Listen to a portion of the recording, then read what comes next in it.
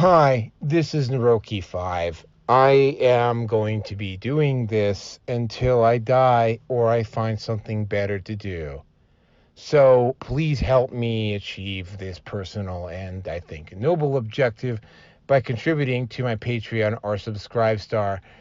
Link is down below. Every little bit helps. Thank you very much. Nation Hangout, number 437. I am your host, Naroki5.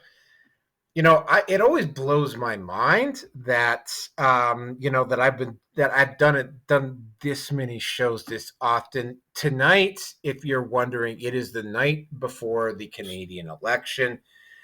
So yeah, there is going to be a Canadian component. As what's going to happen for 438 though is that myself and Rearson are going to have to do it Tuesday afternoon at about say 4:35 o'clock my time, because I actually have to return to work tomorrow evening at 7 p.m. So I'm not actually going to be around for 7 o'clock tomorrow to get this whole party started. I am going to be elsewhere. So the whole situation is kind of like this. We're gonna do the election coverage. Okay, now my photos won't show. What the hell is going on here? All right, I don't know what the hell's going on here. Oh wait, no, there we go. Oh wait, there we go. Now it's working. Oh, no, wait, is it working? It's not showing here. Okay, there we go. I don't know what the hell's going on, but yeah, if you're not seeing a photo, my apologies. I don't know what's going on, but for whatever reason, there seems to be a glitch with the photo format. If there's no photos, then I will just simply download and Photo read it. came up for Oh, a okay. second there. Okay, it did. Is it black now though? It's not there now. So yeah, something It's works on. black. It's just so you have it set on background, right? Yeah, I have it set on background. Yeah, I've got nothing. Okay, well, here's what'll happen. I've got the photos saved, and what I'll do is I will like literally have to, don't know what the hell's going on here, but for whatever reason, maybe I may have to hold on a second. Maybe if I refresh.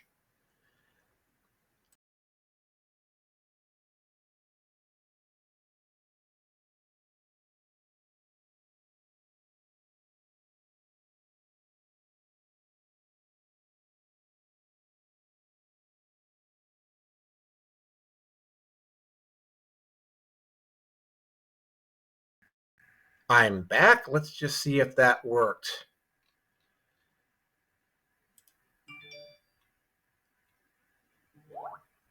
Nope, still not working. Don't know what's going on, folks. All right. Well, if you're watching on Rumble, my apologies. You'll just have to deal with sound only. I do not have a clue.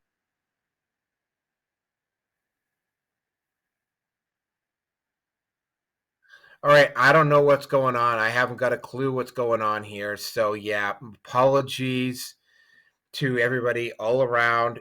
What will happen is I will just have to re-upload it to all six, and what I'll do is I'll just on Rumble for this week. You'll just have to look at a black background. Apologies all the way around. So I am your host, the Rookie Five. With me tonight are the three amigos. Rearson is currently somewhere else and otherwise undetained, so I am going to let V introduce himself first. Yes, it's me, it's V, and I do apologize if the background noise bothers anyone. Got a fan on. Deal with it. Or no, you can kick me off the show. Whatever one happens first. Oh no, if I suddenly become a member of the clan or whatever, then I'll do it just to be vindictive. But I'm not planning on being a member of the clan, and they wouldn't admit me because I'm not white enough anyway. So, All right. all right. So, also with me tonight is oh yeah, again, and he will be my co-host on the election special Tuesday afternoon. Rierson, if you're here, introduce yourself.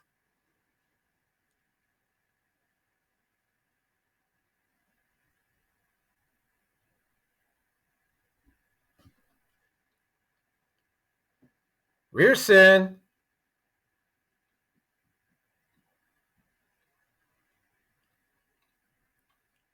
Rierson.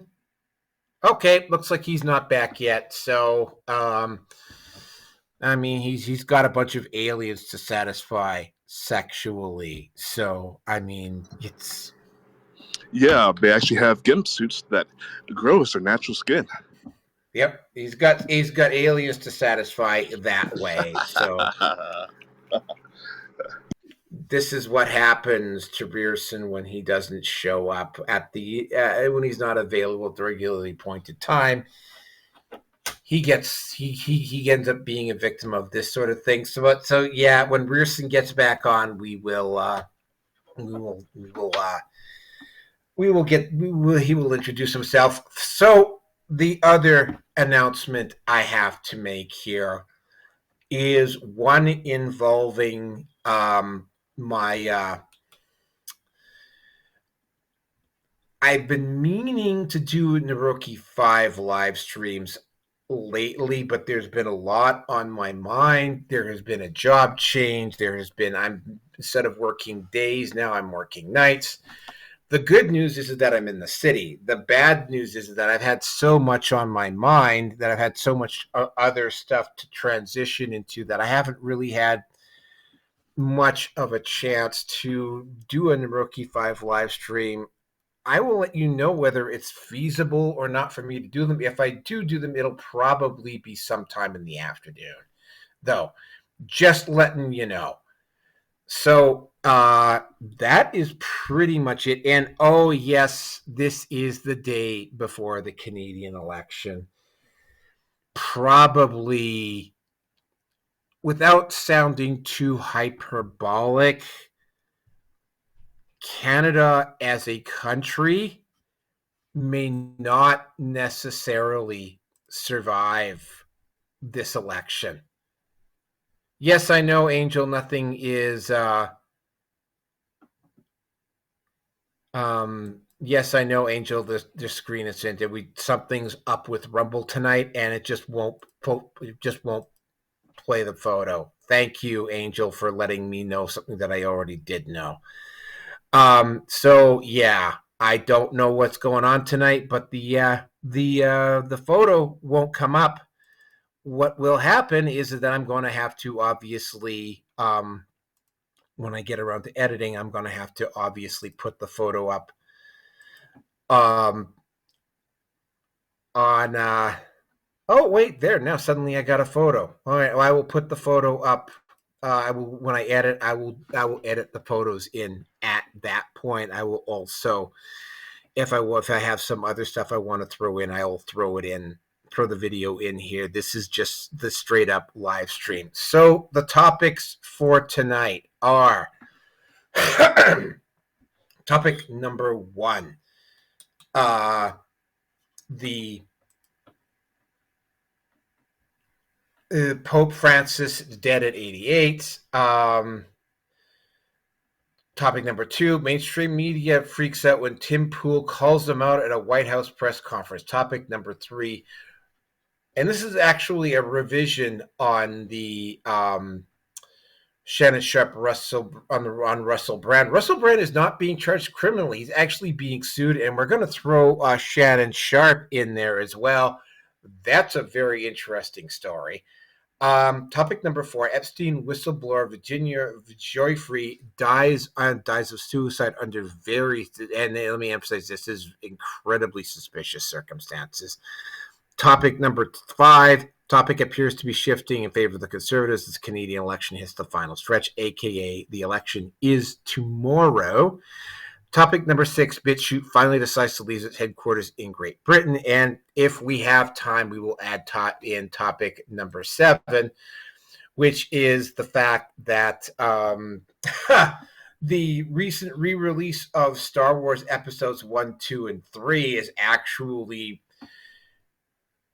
turning out to be a bit of a profit maker for Lucasfilm, as opposed to 7, 8, and 9, which were just absolute unmitigated disasters. Okay, Rierson, are you back yet?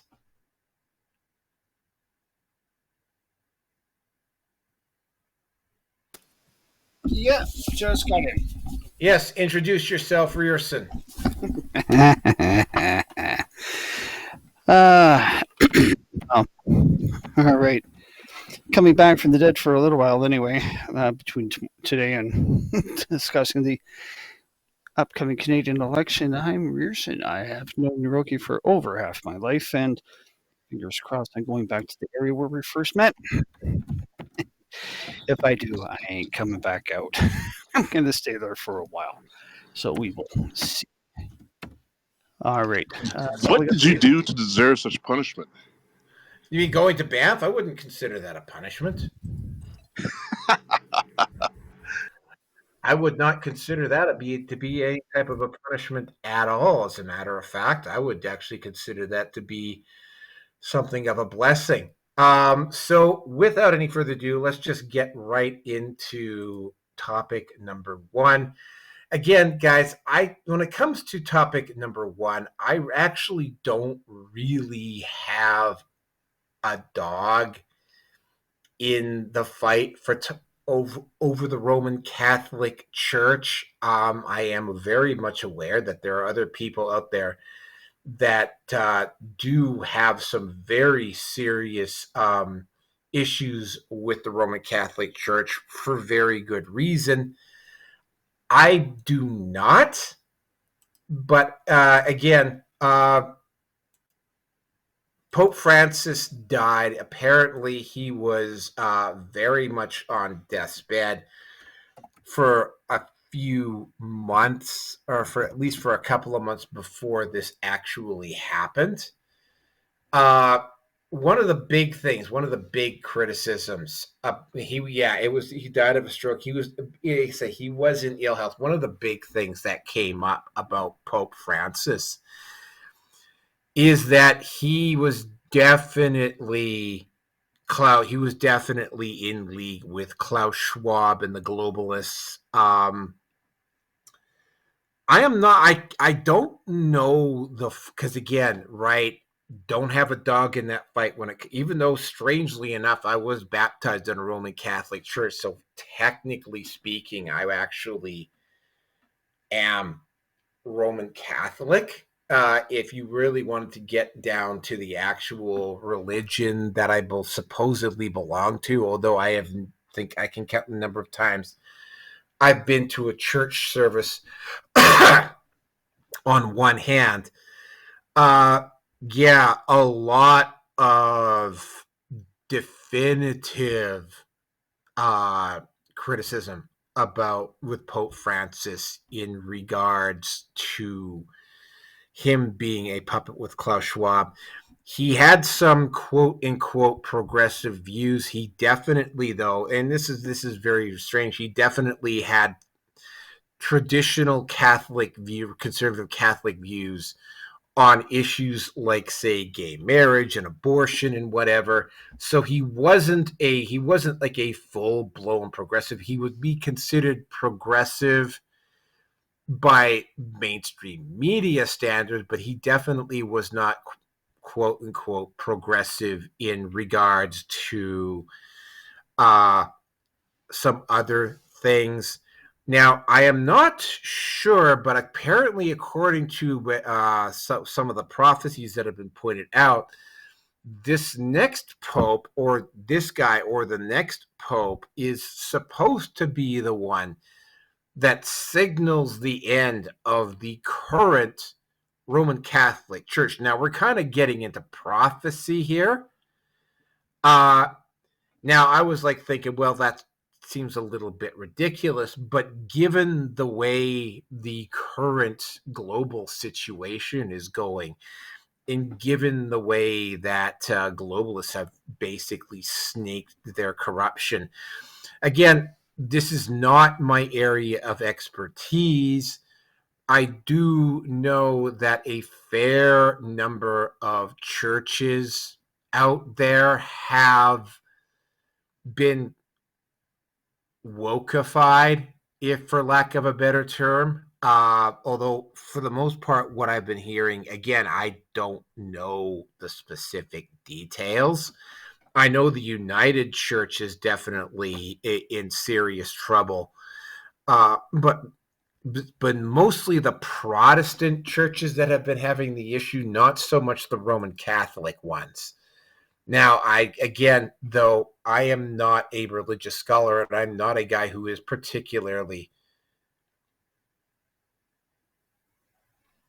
I'm not particularly religious, and neither is Rearson. I don't know what V's stand on this stuff is either. But yeah, Pope Francis, rest in peace. I wish I could say a little bit more about this particular topic. Unfortunately, matters theistic are not my area of expertise. And,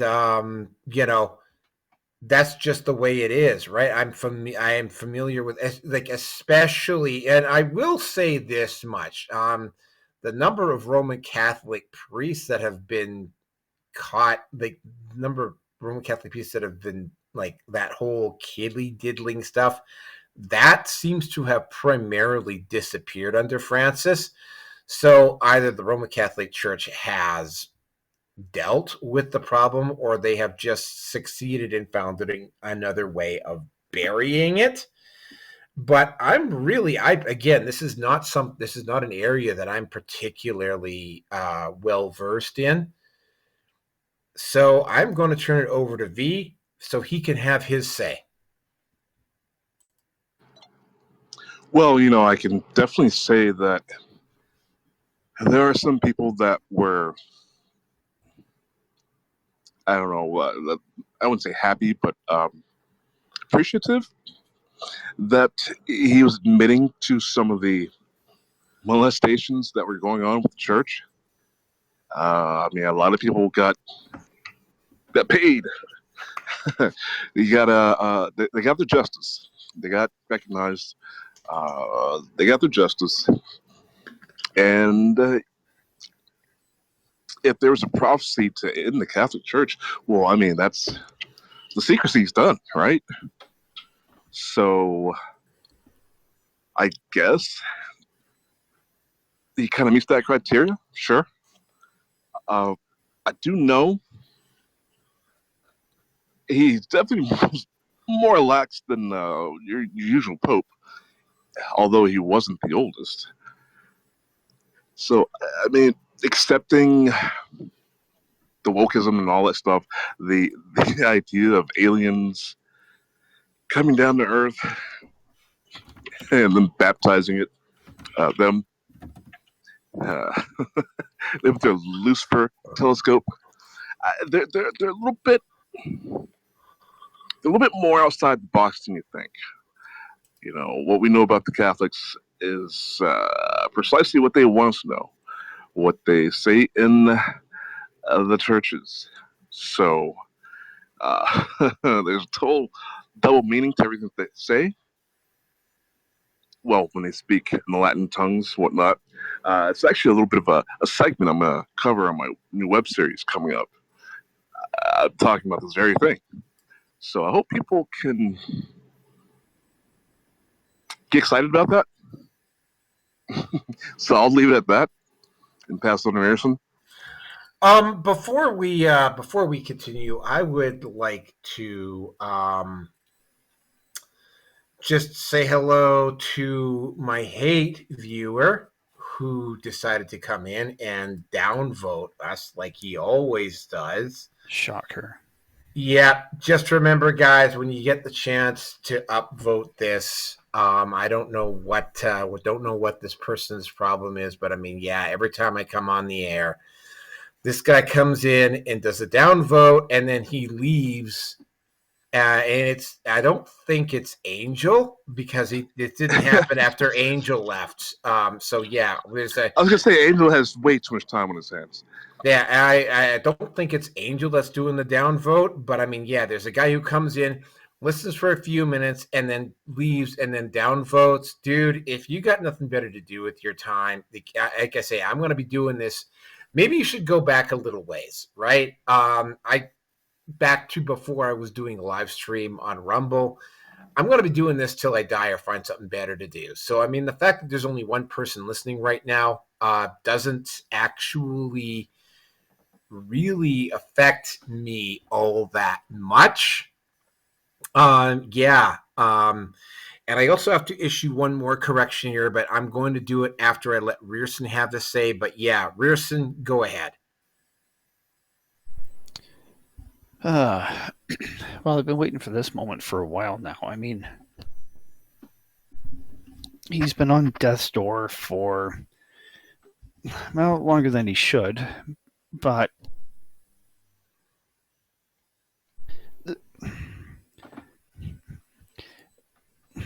some content creators that I've listened to, one in particular she's been saying that he's been dead for a while, but they're just waiting for the right moment to finally pull the pin, and that's basically been about it. And take what you will from it in one form or another, although apparently the significance of 8, or for that matter 88, is somewhere, I believe, within Freemasonry, but I could be wrong. I don't remember much about what that part of it is. And in terms of the papal prophecies, I think that Francis was a placeholder. So Peter of Rome is apparently the last one to be there. So Peter the Roman, the next one, like literally the next one after this guy. Yeah. So Peter the Roman, who will pasture his sheep in many tribulations, and when these things are finished, the city of Seven Hills, I guess in either Rome or Vatican, I'm not sure, will be destroyed, and the dreadful judge will judge his people at the end. So what I think is going to happen, and it really kind of makes sense in a way, is that if the pedophilia is on its way out, as I believe it is, and I've heard it said that the Vatican is the worst for the pedophile rings. If it's not them, it's going to be Mossad, but we'll leave all of that alone. Once all of that comes out, yeah, that's going to be the end of it. And I think organized religion itself will probably be under a lot more scrutiny, and not just Catholicism. I know that, and you had already mentioned this as well. I mean, the United Church, oh God, those fuckers are so woke, it's not funny. The Lutherans seem to be pretty bad, and I think the Anglicans are right up there as well, too. So, if and when, and I believe it's more of it being when, pedophilia is exposed. I mean, we kind of got a bit of it with Epstein and with Diddy, but it hasn't been fully branched out into religion. But I think we'll also see Judaism get wrapped up in that. Islam is probably one of the worst. I mean, I remember, the hell was it? Reading about Orthodox priests with young girls in bed. There was something that happened in Greece a while ago. The fact that I remember even part of it, a smidgen of it, is interesting unto itself. With why I would latch onto some of these things, but at the end of it all, there's so much that the Vatican is hiding. It isn't funny, and apparently they have a lot of hidden knowledge, or they have a lot of knowledge that's been kept secret. I guess, in a sense, truly occult, and the fact that it's hidden. Of there being a lot of contact with, shall we say, with aliens. So I do remember Francis bringing that up, and I think when that gets released, that could also be a very big factor as well too, about it being the end of the Catholic. About it being the end of, I think, organized religion. I won't say the Vatican. I won't say the Catholic Church, but I think religion, as we know it, will be. All of them will be in the stages of going down, and they ain't coming back up. So I will leave that as is, and Hiroki, it's back to you. Yeah, there's a that I remember him saying something about that. Yeah, the Catholic Church has definitely got some very suspicious stuff going on. Their obsession with astronomy is something that I find really, really kind of like out there. Like they actually own the second largest series of radio telescopes on the planet. What? Yeah, they've got a huge collection of they bought up a huge selection of radio telescopes, right? Like they have a whole bunch of them, right? Yeah, it's a very odd thing for the Roman Catholic Church to be doing. Yeah, there's a whole bunch of stuff going on behind the scenes. There's also, and we're not going to get into that too much. Vatican Advanced Technology Telescope. Yeah, there's also a whole bunch of stuff apparently in the Vatican Library. Absolutely. My personal view on this city of Rome being destroyed, I would be leaning in more towards some other. I suspect it's probably going to be an Islamic group that does it. Bringing a nuclear device inside the Vatican and then letting it go off. Okay, there might be my apologies, my friend, but there might be some misunderstanding here. Vatican Advanced Technology Telescope, VATT, is operated by the Vatican Observatory in partnership with the University of Arizona. The Vatican does not own any radio telescopes. This is what's just pulled up when I looked into it on Brave here. So, okay. All right, I stand corrected then. They do also have a facility at Castel Gandolfo, Italy, which includes optical telescopes but not radio. So maybe not. Well, maybe something, not. Something I want to note here. So astronomy, this would be considered heresy by the Catholic Church 100 years ago. Okay. Yeah, it would be. It would be. Yeah, you're right. So, I mean, it is actually funny. Again, it's a lot of backwards speak and a lot of meaning the opposites. The Vatican in itself, the word Vatican, I believe, is derived from something meaning incantation. Where the Vatican was built, it used to be a civilization. It was basically based on a witch cult. Little fun fact. It's probably Etruscan in origin.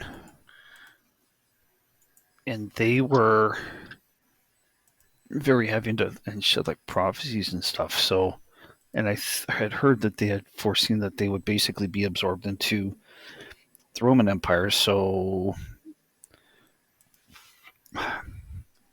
at this point in time, shit, man, nothing's really surprising me anymore. Like that list is getting shorter and shorter and shorter each and every opportunity. I hear you. Yep.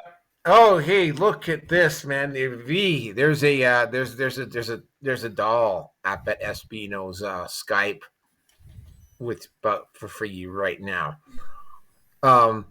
Anyway, I'm just gonna leave it at that. Is it a fireball? Oh, no, you can't touch up something and just run away. What the hell are you talking about? But just go to Skype and go to his channel, man. It's right there. Real Angel PSEC on PSEC Media. It's right there, man. Go have a look at the photos. All right. Yeah. It's very. I could say I don't have a dog in this fight now. That there's definitely like I was listening to some of the content done on the Pope. There's definitely some people that got some very, very strong opinions about the Pope.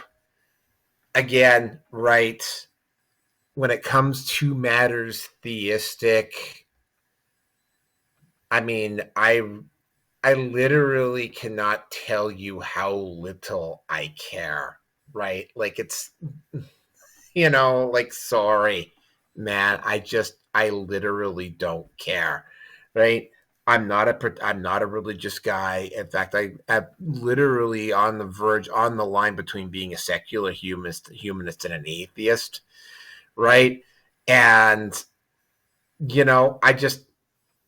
I get it that some people have much more emotional tie in to the Catholic Church. I am just not one of them. I don't think Rearson is either. None of us are, but we somehow managed to get almost 30 minutes out of this particular topic. So, well, I was baptized and raised Catholic, but not anymore. Oh, apparently I have been a pope in a previous life. I just don't remember.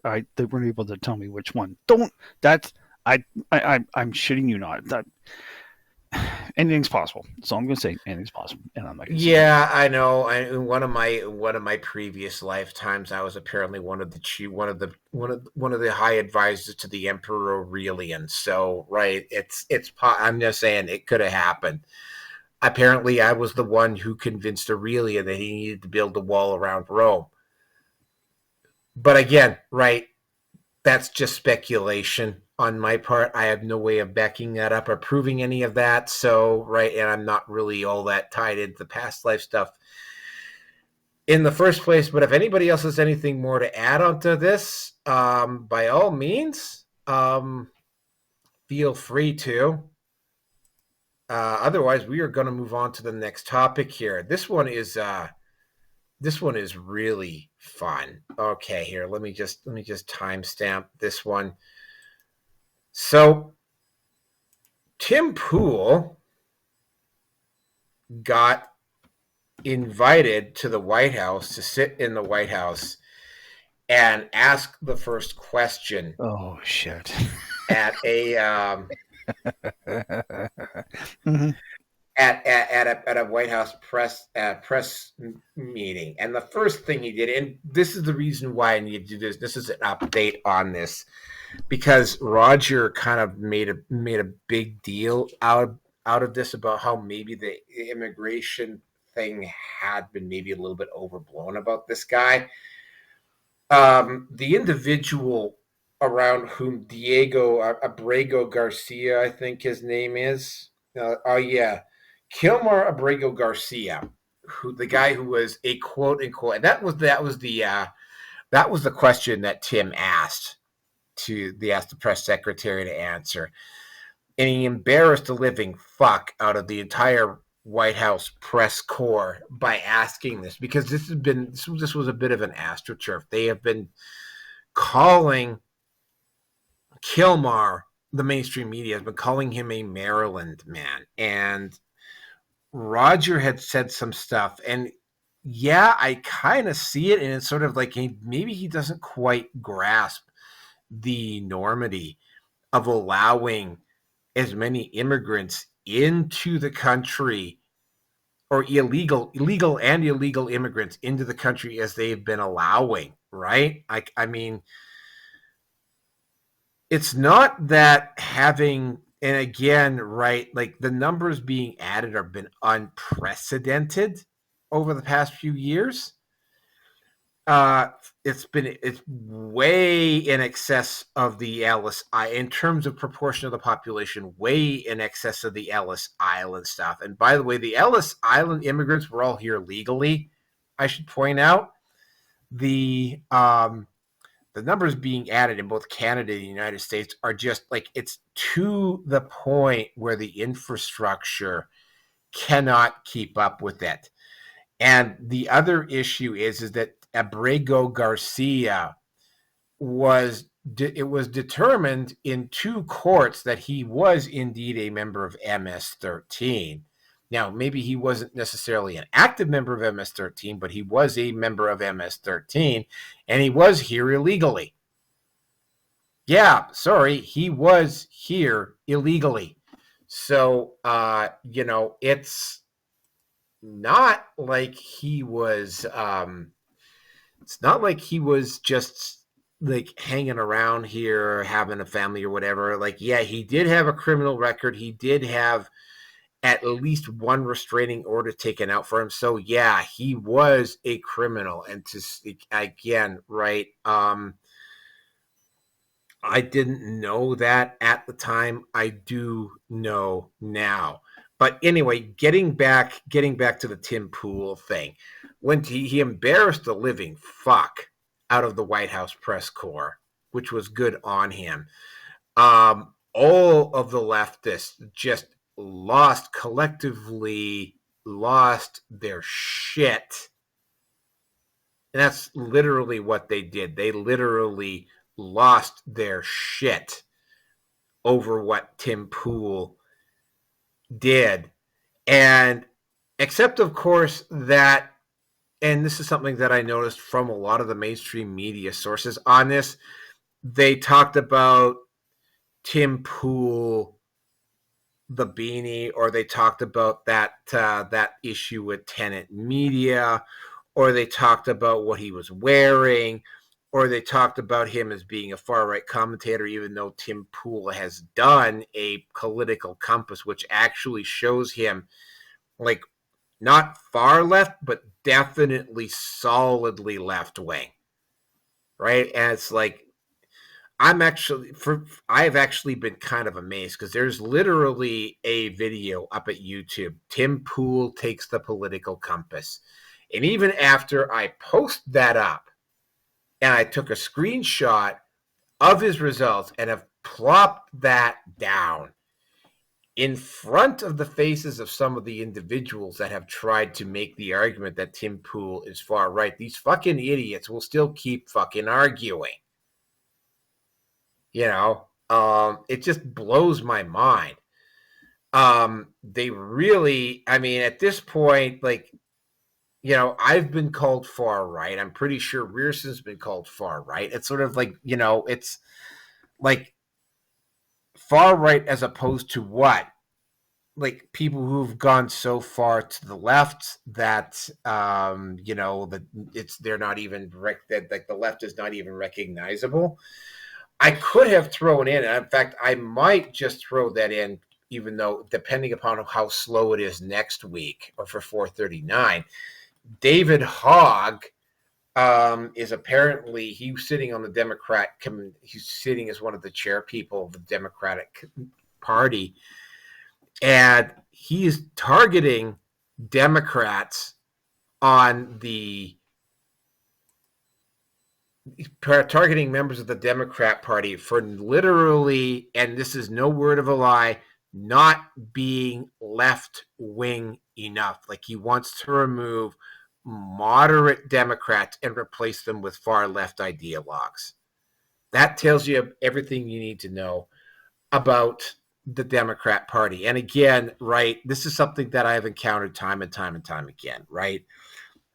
The mainstream media will do everything in their power except to actually address what Tim Pool actually said. They will talk about everything else, but they will not talk about what he specifically said. Rhetoric as opposed to the actual facts. And again, right, good on Tim Pool for being the member of the White House press corps.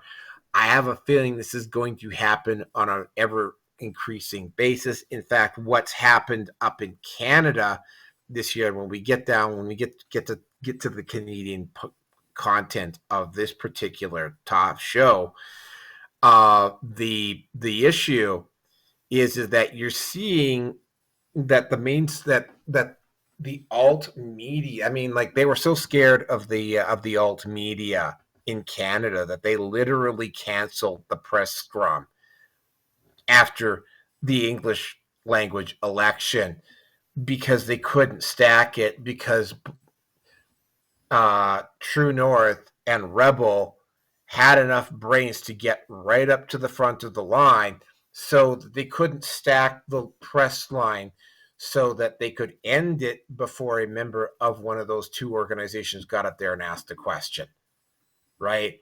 And that was, that's the issue, and that's going to be the issue in 2026 when when the midterms come up for Trump.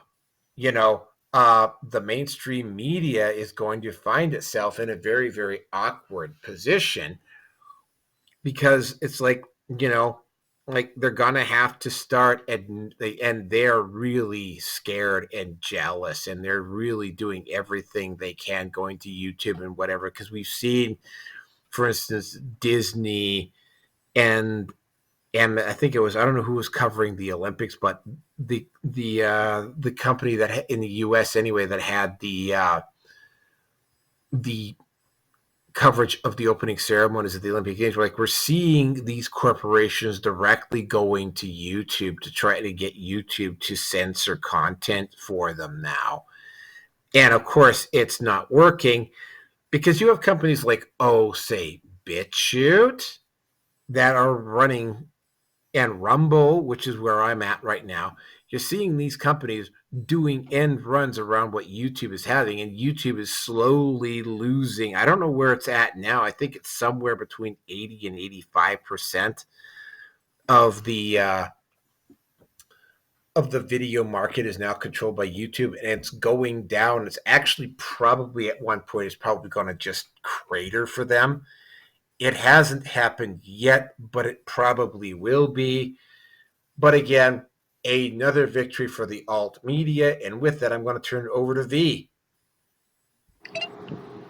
Oh, I can't wait till YouTube tanks. I cannot wait. It, I like the idea of Tim being invited to the White House, because somebody was trying to I don't know, make entertainment, or maybe use him as an attack dog, or somebody had an agenda for him, and in good fashion, he actually does what he does best, and he asked a tough question, and surprising the White House. That's not hard. That stomping the White House with a question, that's not hard. All you gotta do is ask them a question that was not pre-approved. Okay. Well, it wasn't the White House that he directed the question. He more directed it at the White House press corps. Right. And it was a softball question for the press secretary, but it was more directed at the propaganda that the mainstream media had been doing, specifically over Obregon Garcia. Yeah, bringing attention to it. Right. Yeah. Absolutely. So I'm glad, independent media got to stick to the man for at least a moment. Just the idea of it. They should just invite some rando independent every meeting, every conference. That would be like the thing to follow. I'm tickled pink about it. But yeah, I don't have anything really to add about it. So just pass it on to Emerson. Damn it, Naroki, you took away my thunder of what I wanted to say. Oh, well, that's the way it goes with this podcast from time to time.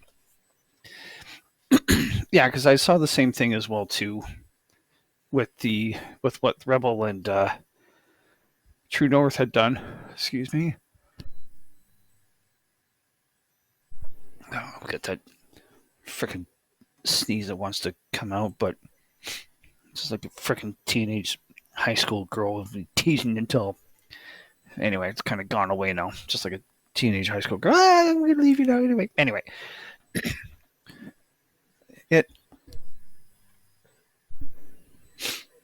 Yeah, I can definitely see, to say the least, parallels between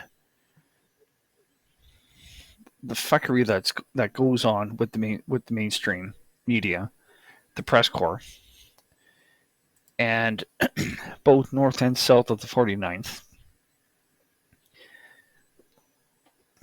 And as you had drawn the parallels between what Tim experienced into what had happened, what was supposed to happen, and we talked about this as well too, under quote for quote security reasons, that there was no media scrum because Rebel News and True North had gamed the system. And we've talked about this time and time previously, is that the mainstream media in Canada has been bought off.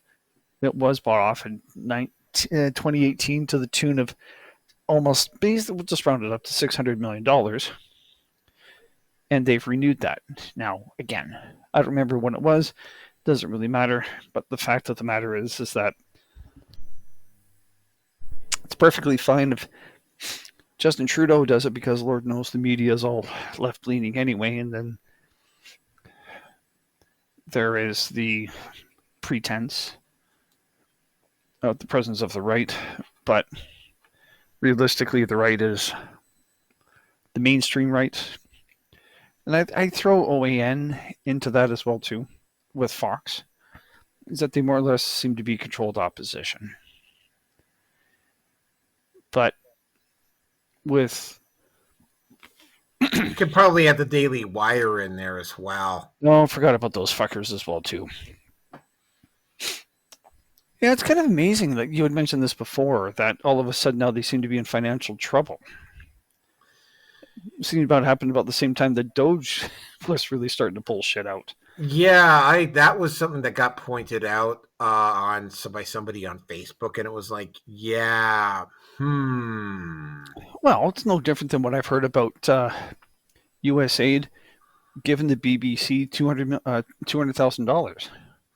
Well, I mean, it's not just that, and we're kind of getting off topic here, Oh, yeah, but all of those, when the moment USAID got cut, all of a sudden, the vigor with which the pro-sweet baby crowd was attacking everybody in the gaming industry, that all suddenly just disappeared as well, right? Another one of those moments. Kind of moments. Yep, no, exactly. But I mean, there was also that CBC reporter that got into the press gallery and somehow, I don't know what she did, although maybe she was on her knees. I don't know, just saying. To be able to ask a poorly fielded gotcha question about Trump not saying anything in Canadian politics to not tank the Conservatives, which realistically, yeah, I was already saying that. He just needed to keep his fucking mouth shut and things will start to work out. And once he did that, finally, things are looking better. Well, we get to topic 5, we can discuss that a little bit more. Yeah. So, anyway, with Tim Pool rattling the cage and throwing shade on all of the lamestream media reporters, the alleged journalists. When was the last time one of them actually had... Well, actually, let me rephrase that. When was the last time one of them actually had something good aside from that one woman who did have something on Epstein, but she was told it's going to get buried. So I'm sorry, but at the end of the day, when that kind of fuckery goes on, there really is no one to trust in the mainstream media. There's no one to trust on the TV. There isn't. There just isn't. There hasn't been for a long fucking time. And leading up to, well, I guess the internet really effectively. I mean, yes, there were people out there before, like William Cooper or Art Bell or whoever else,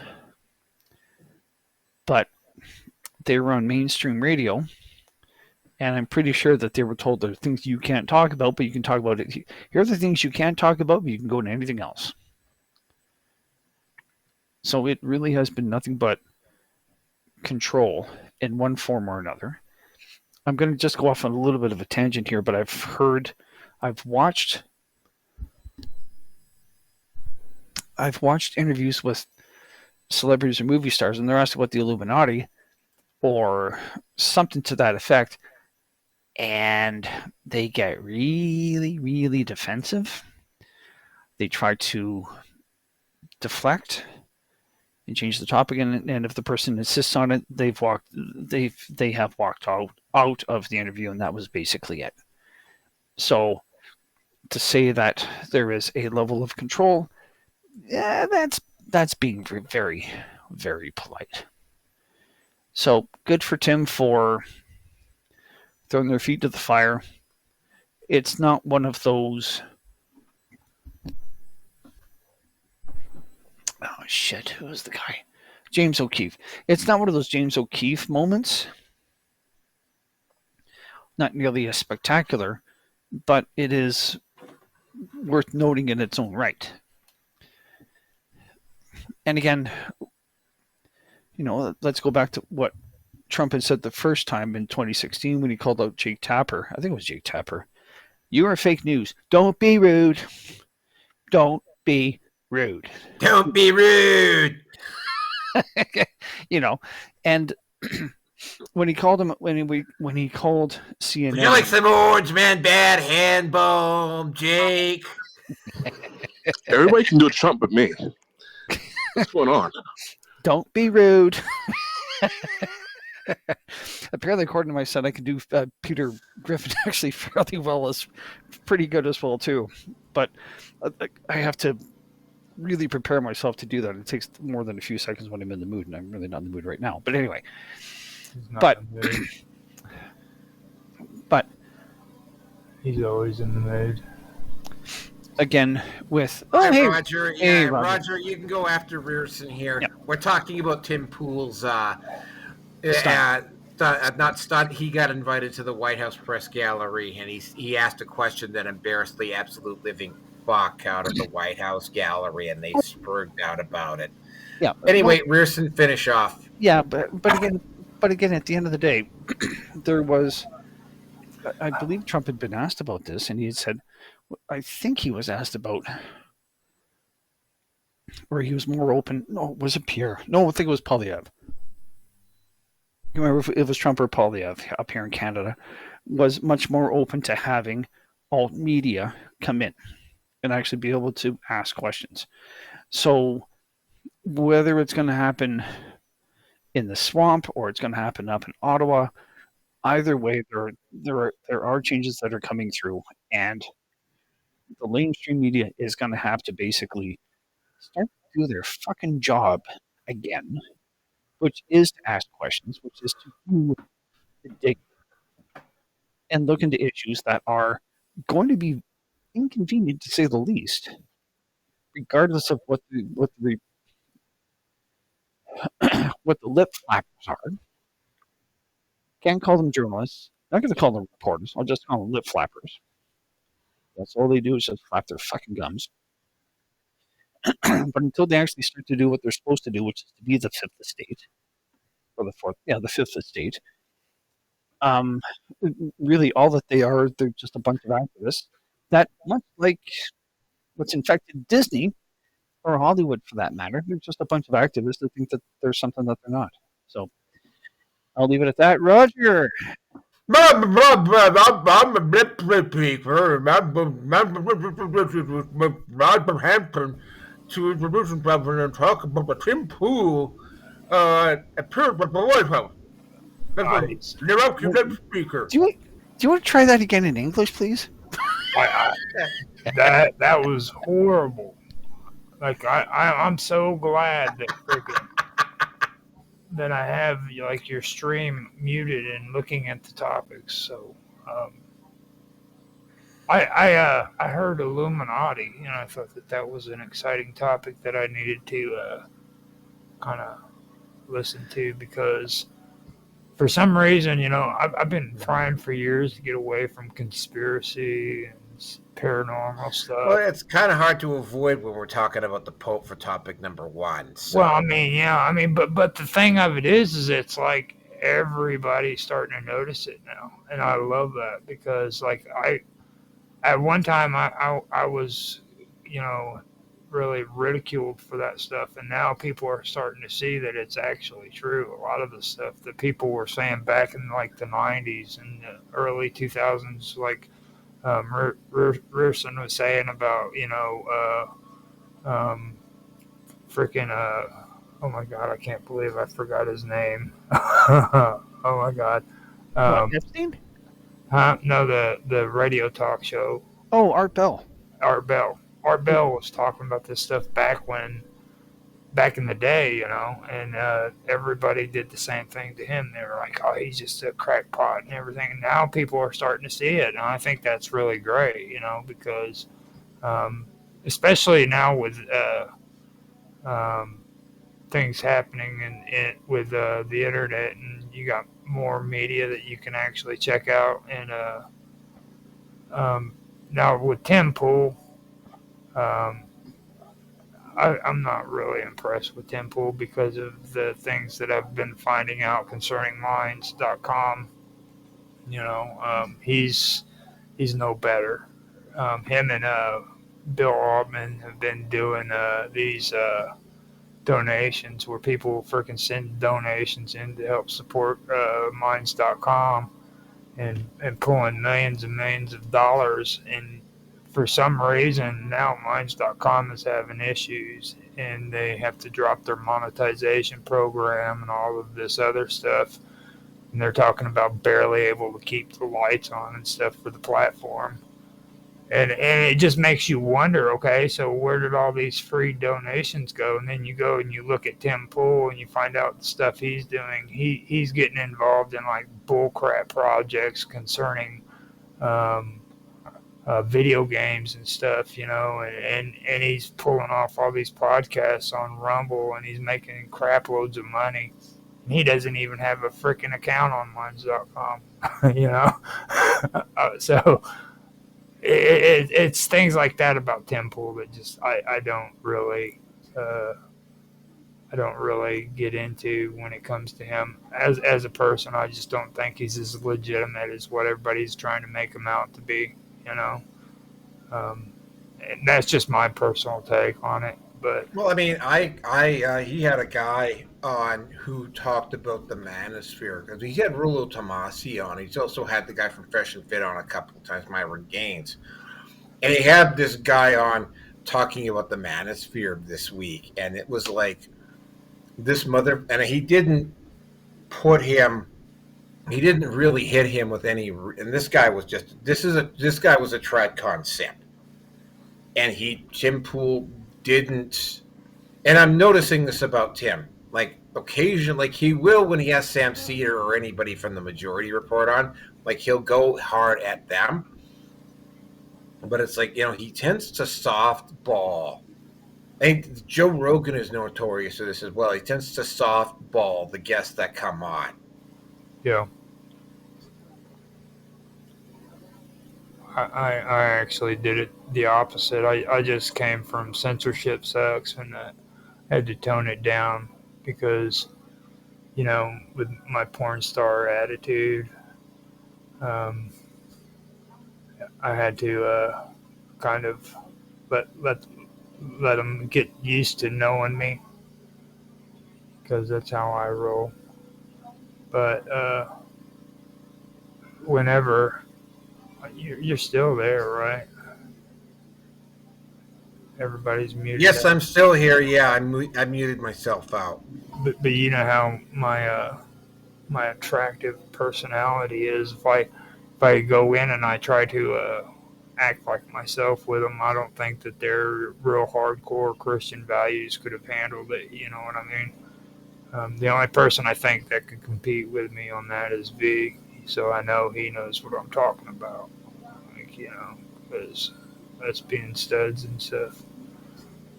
And well, even Reardon, like you couldn't Rurson couldn't like go in there and hang out and talk about ball gags and gimp suits and stuff. So um, that's kind of the way I had to be with him. So in a way, I understand it. You know what I mean? And I am guilty of actually doing the same thing when it comes to that because like I allowed Steve, who was supposed to be in charge of doing the productions and stuff in Mines, to come on one of my shows, and I let Tan and Mark kind of go on a guided tour of what Mines.com is, and I kept quiet, didn't say nothing because I just have a freaking I don't know, I don't really like calling it a hate, but I have a dislike for Mike Bill Altman with a passion like you wouldn't believe. Okay, that man is horrible. He gets on these platforms and he talks himself up and how great Minds is, and then he treats his own platform like garbage. And I just kept quiet, stayed in the background, let them do the interview, and just let them go on a little guided tour, showing everything off, all the new updates they're going to do, and all the great things they're going to do. And so I'm guilty of doing that too. I just wanted to say that. To It, be fair, Minds is a platform desperately in need of a reboot of some type. It would have been really gotten stale over there. yeah, exactly. Um, so, but Temple's a joke. I'm not gonna let off of that. He is a straight up joke. He doesn't even compete with you, Naroki. You're like the man, dude. Fuck fit and fresh. Naroki is the one who rules. If you don't mind me asking, Roger, how? How? Yeah, how was Naroki better than Tim Pool? Well, fucking Naroki has you on here for one thing, dude. What the hell's wrong with you? Okay, if I want that kind of butter, I'm gonna go back to the fucking theater. You said bud. Butter. Oh, butter. Okay, I thought you were talking about bud. I'm like, Oh, wow, dude. oh, What's, Red Pill Nation, one standard, no standard. I was gonna say, like, like, like, what do you have in your house? Like, do you have Gwyneth Paltrow's special scented candles burning in your room right now? I mean, well, I mean, if you want me to put some candles up and everything, I no, can do that. I mean, no. I know how you are. You want to talk romantic to me and tell me sweet nothings and stuff. I mean, I understand that. I have this personality that not only women like, but men like too. Oh my. Oh, I mean, they call me Chocolate Thunder for a reason, dude. You know what I'm saying? It's like, no, no. I thought V No. was Chocolate Thunder. Well, that went from 0 to 100 for. Actually, man, it's the next topic. Shannon Sharpe. He's Chocolate Oh. Thunder. Oh, oh, wow. Yeah, folks, we went there. Guess what? We went there. And that's just how we rule. Rule. That's what we like. Gotta go Well, with Williams. Fuck. Anyway, God, I'm just gonna shut up. Roger, anything else you want to throw into that one, or are we? I mean, seriously though, I mean, with Tim Pool, I don't know of anything else that I could possibly say that would really enhance this conversation anymore. To be honest with you, Yeah, because Lord knows we've de-enhanced it as much as possible. yeah, I mean, I even threw freaking fit and fresh in there to kind of give it a little bit of context, and it just did not work. So So nobody here is a fan of Tim Pool. Wow. No, no, I am. I kind of respect him, but it's like I'm not a hardcore fan. I'm indifferent. I mean, if there's something that does catch my attention that comes up on my YouTube feed with Tim Pool, or I think he's also on Rumble. If I happen Oh, to he's see it, everywhere. He's everywhere. Rumble, Odyssey, Bitchute. Like he's gone. He's gone. He's done the full spread. okay, well, that's what I would expect. If something is that does come up that does catch my attention, yeah, I'll click on it. I think the last thing that I did click on was he either mentioned something about the Canadian election, or it was the whole 51st state thing. Well, I mean, That's I'm it. gonna have to listen to that full interview that he did with that red pill fucking cuck. That manosphere cuck. I'm gonna have to listen to that. I might even have to do a response video to that asshole. Who's that? Oh, they had a guy on who basically slammed the manosphere, and when I was listening to his stuff, it's like, holy shit, this guy's a fucking trad cuck, right? Okay. I might be interested in jumping into that as well, but right now, we'll leave all of that alone. Well, that'll be a special episode, and again, right, I will have to. real quick though, Rearson. What's up? Did you notice, Naroki, how Rearson freaking got all interested after you said the word cuck? Yeah, I did. That's pretty fucked up. Do do do do do do do do do do do. All right, just saying, dude. Well, you're okay. Well, no, fair enough, Roger. You're not wrong, but it's not for the reason. It's not for that reason. It's more along the lines of. Well, I guess it is. For me, it's more along the lines of, dude, fucking find your balls, find your spine, and dare I say, do the right thing, and be a man. That sort of shit. Right. So, Rocky, we might need to talk about that later on, but anyway, I'm done. Yeah, okay, so let me move on to the next topic here. Let me just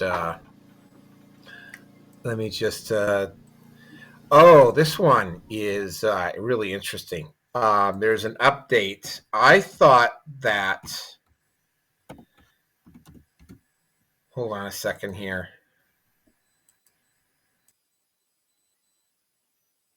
I thought that Russell Brand was being charged criminally. The mainstream media was making a very, very big deal about the fact that Russell Brand was being charged. As it turns out, he's not being charged. And this has and Shannon, I'm going to be talking about Shannon Sharpe right now as well. Both of these guys had because what happened with Russell had their name dragged through the mud over sexual improprieties. Now, in the case of Russell Brand used to have a rather serious drug and alcohol problem up until probably about the 2010s, and then he stopped and he got his life back together. And once he got his life back together, he kind of like went off in a totally different direction.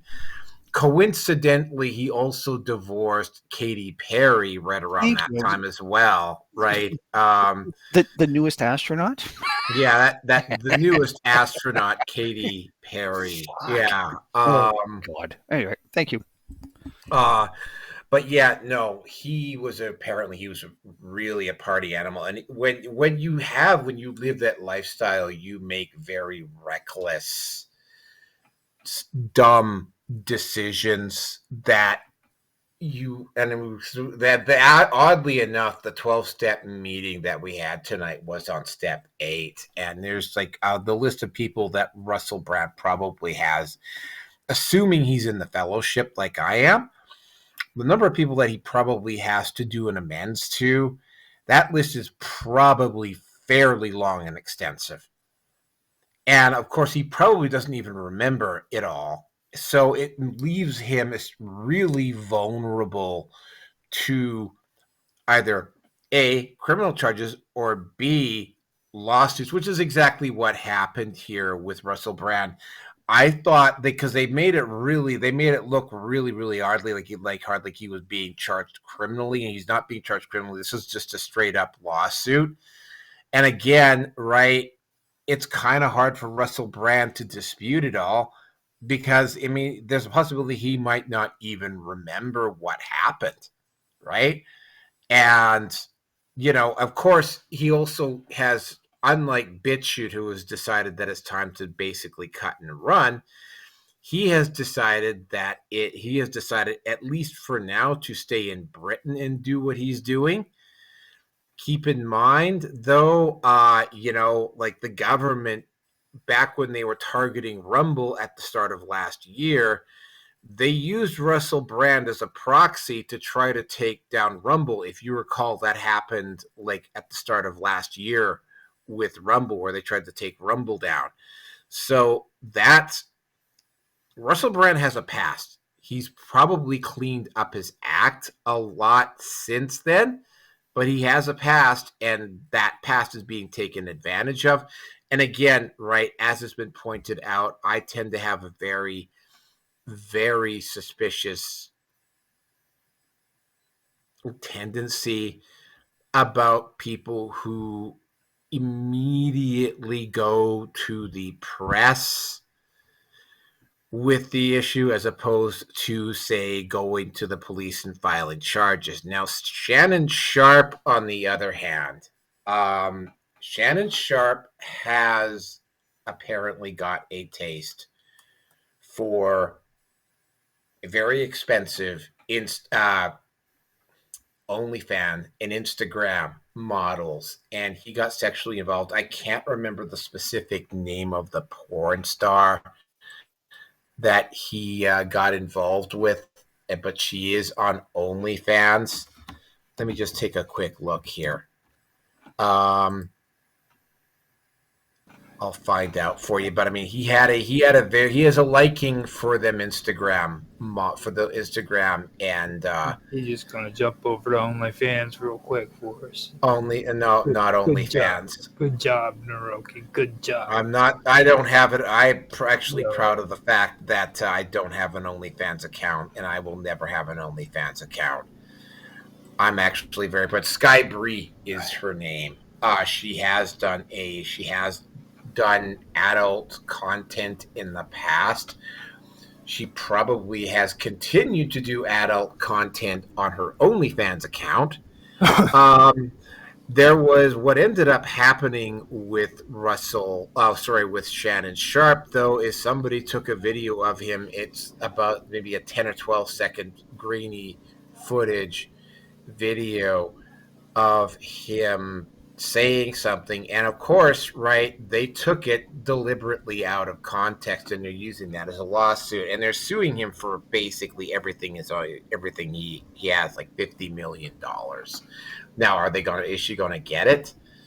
No, again, because unlike, say, even back in the days of Johnny Depp, there are now, and you could directly thank the manosphere for this, by the way. There is an active manosphere, and the lawyers are starting to get familiar with these tactics that that these women are doing. So they're going to have a lot more difficulty. I mean, at this point, women who make and I'm going to have to say allegedly make false allegations against both Russell Brand and Shannon Sharpe, can still go to the media and smear you. And by the way, this runs, and the mood that I'm getting specifically from the MGTOW community, and it's very, very hard to dispute this with the MGTOW community and what they've been saying about this. It's like, you know, like it used to be that not getting married was something of a protection against this sort of thing, and it's not a protection against this sort of thing. Like, for instance, right, and this is part of the reason why I keep my identity private, right? Like if I were like, and at some point I'm probably going to have to make my identity public, but I mean, like I'm probably going to, when I have to make my identity public, assuming I get to that point, right? I am probably, because of what I understand about Tara Palmache and what she has said about false accusations, that type of thing, right? I am probably going to have to make sure I have a lawyer basically on retainer and somebody who specializes in false accusations, because I mean, I can almost see this potential or happening to Sandman or happening to Hammerhand or I mean, they've tried multiple times to try to put Rollo Tomasi, Donovan Sharpe. I mean, they will use they're going like this is the tip of a rather large and nasty iceberg that's going to get larger and larger and larger as the, and let me emphasize this to you, despite what you've been hearing from the mainstream media or from a lot of tradcon content creators, even on Rumble or Bitchute or whatever, the manosphere is growing at an absolutely incremental rate right now. And it's only going to be getting bigger and bigger and bigger. And at some point, there's going to be a full-on assault against it from the establishment, because they're going to have to, because too many guys are getting smart to what's going on. And this is going to work out in Russell Brand and Shannon Sharpe's favor, because now there are attorneys out there who are smart and wise to the tactics that these individuals like Sky Bree and the one who's like hiding behind the rape shield law to, on a lawsuit, by the way, not a criminal case, using the rape shield law to launch a lawsuit against Russell Brand. I'm also going to point out one other thing when it comes to the rape shield law. I thought the rape shield law was only supposed to apply to criminal cases and not to actual civil cases, but apparently it does. But the whole issue here is that, I mean, it's like, yeah, like there are now legal techniques available that are not available, that weren't available even like pre-John. And by the way, yeah, I have to say this, the Johnny Depp trial, specifically the one in Virginia, kind of changed the landscape on all of this, because now people know, like enough people, especially in alt media, know the tactics that are going to be attempted on this. And by the way, there's also the case of Trevor Bauer and Hank Areza, who, by the way, is actually back in the NFL. Hank Areza did actually, he wasn't hired by the Buffalo Bills. He was actually brought back into the league, I believe, by the San Francisco 49ers. So yeah, Hank Areza, the false accusations against Hank Areza have been completely cleared, and he is back in the NFL. So yeah, these tactics are not working nearly as well as they were a few years ago. But again, right, the MGTOW side of my character, and because I am from the MGTOW faction of the manosphere, I have to point out to any guy that's listening to this, it's like, and this is something that tradcons don't seem to want to acknowledge, which, by the way, is why the manosphere is not specifically conservative. It leans that way. It's probably more libertarian than it is conservative. But I mean, this is the reason why they're not is because like I mean like the tradcons don't seem to have want to wrap it around their skull, their heads, that any sexual involvement you have with a woman at any point in time, she can come back and look at the case of Russell Brand 25 years later and run you through the mud over it. Judge Kavanaugh. Judge Kavanaugh, same sort of thing. Yeah, a lot of people forget about Judge Kavanaugh. That Judge Kavanaugh used to be the head lawyer for the Clintons at one point. He was the one who handled the Vince Johnson case, handled the legal issues around the Vince Johnson suicide. I think it was Vince Johnson or Vince Miller. Yeah, like a lot of people forget that Kavanaugh worked for the Clintons. So yeah, guys, if you are listening to this, at no point, and I don't really care if you think I'm being paranoid or whether I'm being stupid or whether I'm just a closeted gay or whatever the fuck your excuse is for dismissing what I'm going to say, unless you're prepared to actually address the point, I'm not interested in hearing any of your fucking rhetoric. All right? This is a fundamental truth about the current gender dynamic. Any interaction that you have with a woman hands her specifically a metaphorical gun that she can choose to use on you at any point in time, even decades later. Right? Like, I don't really care if you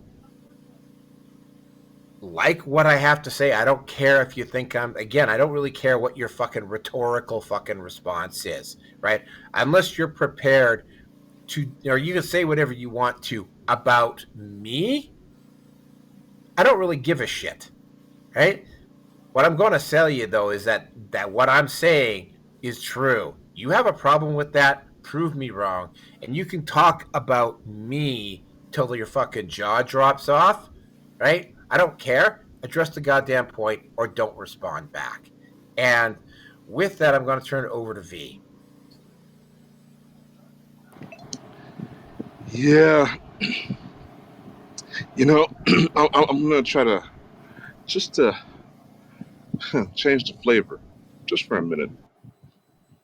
I introduced my significant other to a interview, the Sean Connery, Barbara Walters interview. You guys remember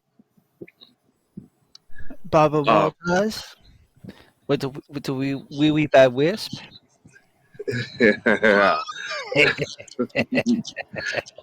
Well, so Sean Connery made a statement, for whatever context, saying that it's okay to, give a woman a rap in the mouth, a little smack.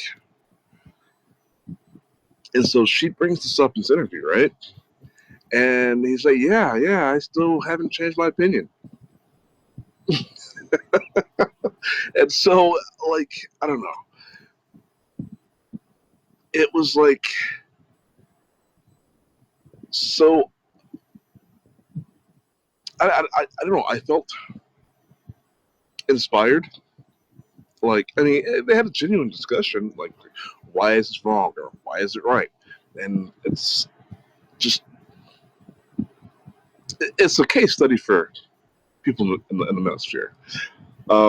Yeah, so anyways, yeah, Sean Connery, by the way, the original pick up a book and learn how to read guy.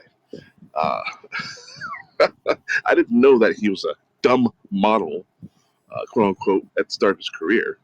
I've always known him to be an intellectual actor, but I'm a young guy, so I didn't catch his Bond years or anything. But anyways, it's they came back and bit him in the butt several times just from that statement. So placing your genitals inside of someone who may or may not be just knucking futz, that's definitely going to. Uh, you set yourself up. I understand, just the craze of fame and money and just non-ending pleasure. I can understand, but you gotta protect yourself. It's just like wearing a condom. You gotta pick. You gotta pick your times. You gotta pick your people. You can't just be willy nilly. So I don't know. We need to see this. We need to see this in our society until we as men learn to stop sticking our penises in crazy. Now, I mean, I don't know if that can actually happen. I mean, this is millennia of our species, and we're still screwing up. Good girls like the bad guys, and good guys like the crazy chicks. People need to start learning to like people that are like themselves. Polar opposites attract. Yeah, and they also destroy each other. You got to be a bird of the same feather if you're gonna make it. So, I mean, I'm all for experimenting with. I did a lot of that in my early years. Okay, just this kind of girl, that kind of girl, this personality type, that personality. I know what works for me. I got down to a science, or the kind of girl, what kind of woman I'd spend the rest of my life with. So people need to be more focused. I don't know. It's everything always boils down to the human condition. It's just choices that we make. And Russell Brand is, he's too pretty for prison. So I'm glad he's getting sued. Anyways, yeah. Take it on, Roger. Hold it before Roger continues on. I actually posted up a link that I found because Better Bachelor brought this up on his feed. It's called The Samurai Strategy of Japanese Men Against Feminism. I actually found the video on YouTube and posted it up at Rumble, Odyssey, Bitchute, and MGTOW TV. The interesting fact about this particular video is the fact that Japanese men, because of what's happening with false accusations, and they are on the rise in Japan as well, is that, and I gotta point out that Hikikomori was the predecessor to MGTOW, right? So a lot of the early manosphere trends that started, like 4B started in Korea, for instance. Like a lot of the gender trends have generally been coming out of Japan and Korea. And what's the situation that has been happening in Japan is that there's been a rise from radical feminists in Japan to make false accusations. And the men in Japan have come up with a very unique and interesting way of dealing with it. If a woman starts trying to make public false accusations or tries to freak out, what ends up happening is that said woman gets challenged immediately to a fight by the man. And the reason why that is happening is because the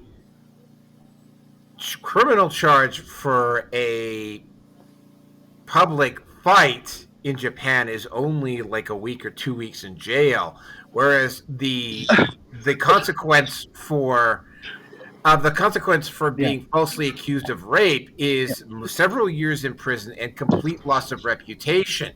So Japanese men are just making a decision Yeah. That if You they're are going to telling take me the that 2 they're weeks, challenging the females to a duel, like old like time, literally slap you challenge in the face them with a glove. to a duel and actually starting a physical confrontation, because a physical confrontation is only a couple weeks in jail. Yep. And 15 days. yeah, and it's It's like, as opposed 15 fucking days. It's 15 days. The consequences for being falsely accused in Japan are loss of reputation, loss of face, which is a very, very big deal there. Yep. And it's like, wow. So, yeah, coming to North America in some form or fashion. I'm just saying, man, challenge you it's to a a form of that is duel. going to be coming to North America in some form or fashion, right? You know, if you're gonna be, it's like, yeah, this is, again, right. The men in Asia, specifically the men in Japan, seem to be the ones that are coming up with these rather ingenious strategies in dealing with toxic feminism, right? I got to point out that Hikikomori was the predecessor to MGTOW, and there's still, by the way, the number of Hikikomori in Japan is still, like, if you want to include Hikikomori in with MGTOW, the Hikikomori in Japan would still make up 90 to 95% of that population, which tells you how big MGTOW can potentially get if given enough time. And with that, I'm going to turn it over to Roger. Okay.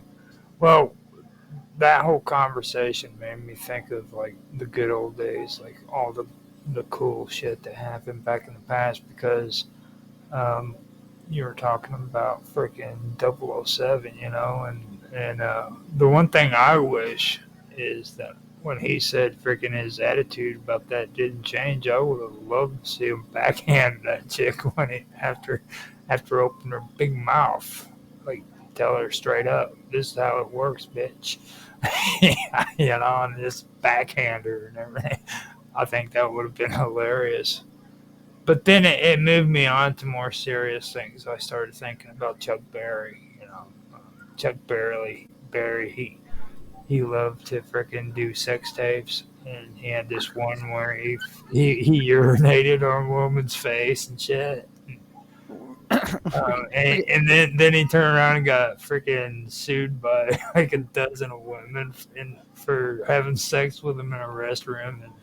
Oh yeah, Chuck Berry had a rather interesting Run, Johnny, background. As in run away. And of course that leads up to freaking R. Kelly. Nobody can forget the beloved R. Kelly, dude. I want to piss on you, freaking the best song ever, freaking created. Thank you, Dave Chappelle. Okay. That got arrested for having cameras in women's urinals. Yeah. Chuck Berry. Okay. Yep. Okay. Just wanted to make sure. Go, Johnny, go. And see, this is the way women and men behave.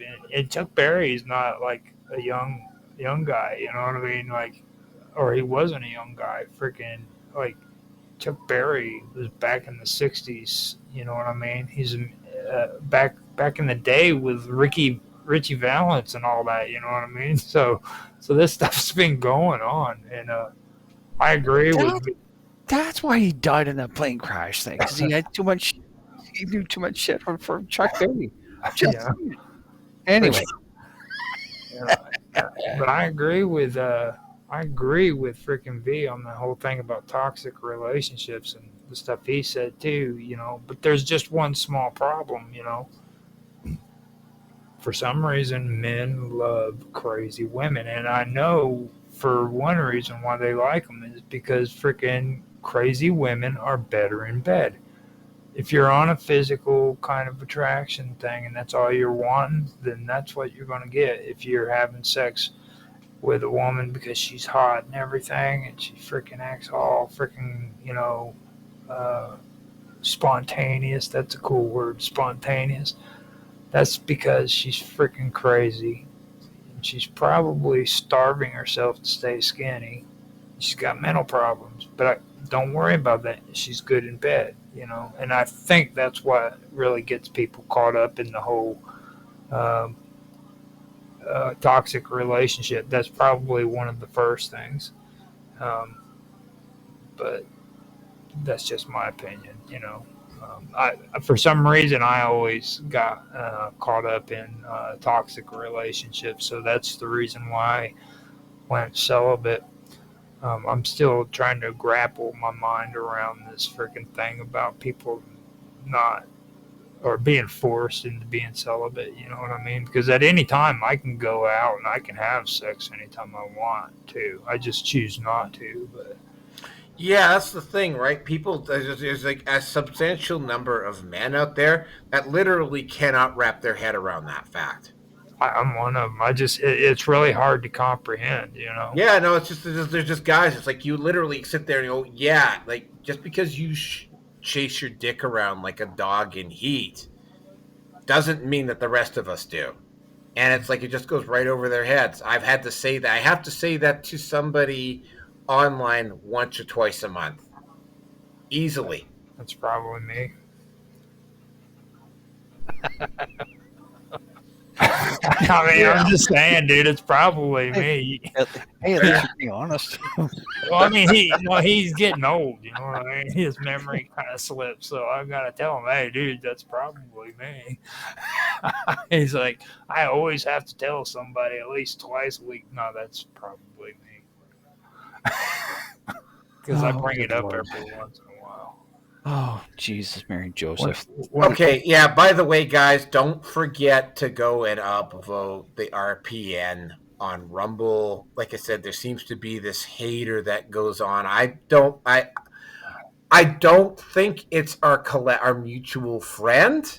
I'm going to have a word with him after the show's over about this because I don't think it's him. But there's definitely somebody that's been coming in here at the start of every single show, downvoting it, and then leaving. So don't forget Rearson v. Roger to go over and upvote this show because, Okay, yeah, easy enough. All right, but go ahead, Rearson. Well, I mean, and I did actually see this. Ashley was talking about this, and really what it's coming down to is that, and I'll go back to when I had referenced Judge Kavanaugh. How the fuck are you going to be able to defend yourself with this accusation, which is really outside of the statute of limitations, if I'm not mistaken? Am I not mistaken?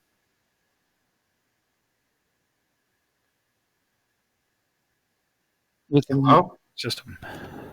Sorry? Sorry, I thought you just went silent there for a moment. Yeah.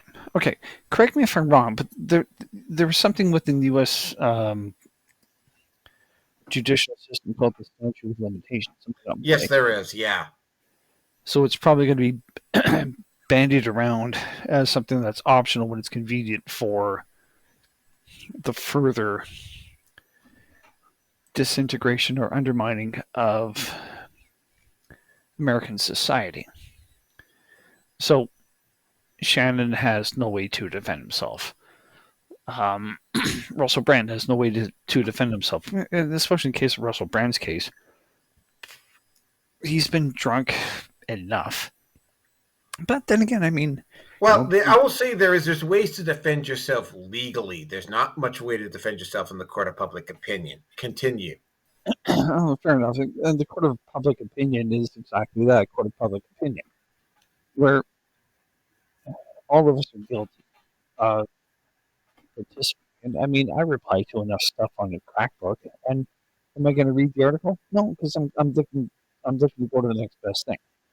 I mean, there was something with fucking Mark Hamill posted something up yet again that just showed his no one's above the law. Oh yeah, there's something to the effect no one's above the law, but then a judge is arrested with him and his wife. An interesting topic for you to look into next time. And Hamill's getting his fucking knickers all bunched up his goddamn fucking ass, or tugging off with his old dick. I don't really care. So, public opinion is, like I said, it it is exactly that. Will it get you very far? Maybe, but overall, no. So now I know who Shannon Sharpe was um, tapping, and the pictures that I did see of her, that thin red bikini of hers, I would look, but I don't like Sharpe because I don't have the cash. And now that I see that if I do have the cash, I'm not making myself a target. I am absolutely not going to make myself a target. Smart men watching this entire fucking shit show should start to realize it's not so much that if you become rich and famous, it's a matter as to when you attain a certain status, that there's the possibility that a woman from your past is going to do something or say something or will accuse you. And unless you've got one hell of a great lawyer to rip her apart, what are you looking up? Sky Bree? Hold on a second. No, I'm not looking up Skybree. I'm actually At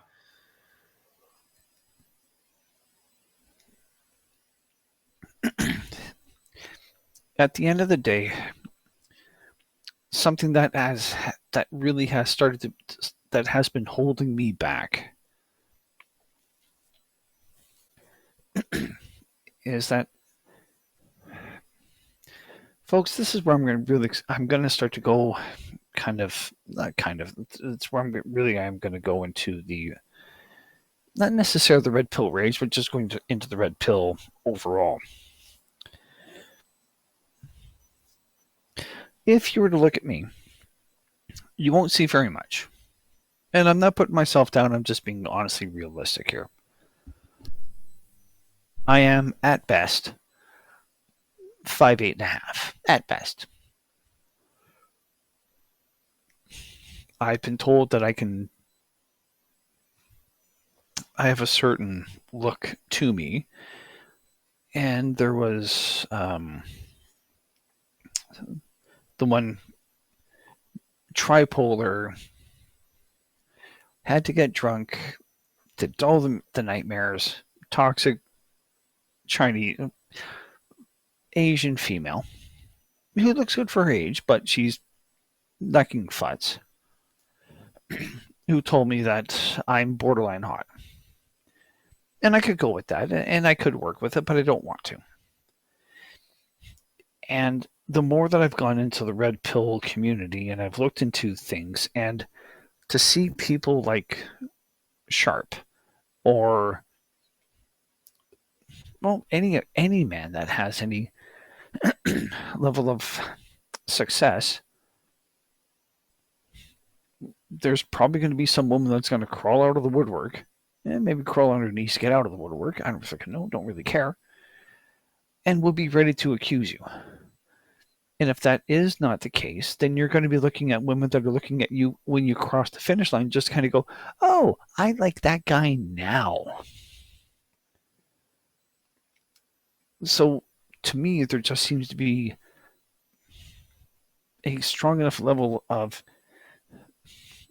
overall insincerity in modern women that you can't trust them.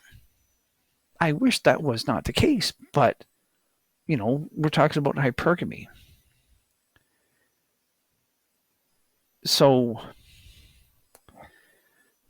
and then I would have thought, as Sharpe had done, you know, go get a hoe, go get a 304. But,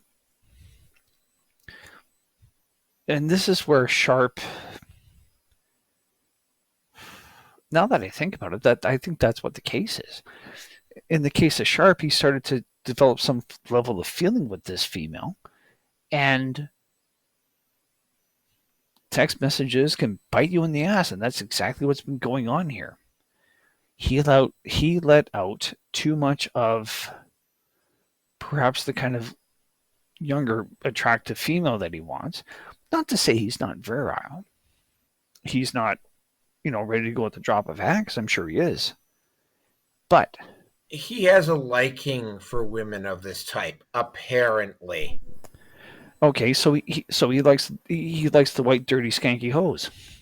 Yeah, he likes the white, dirty, skanky hose. Okay, Exactly.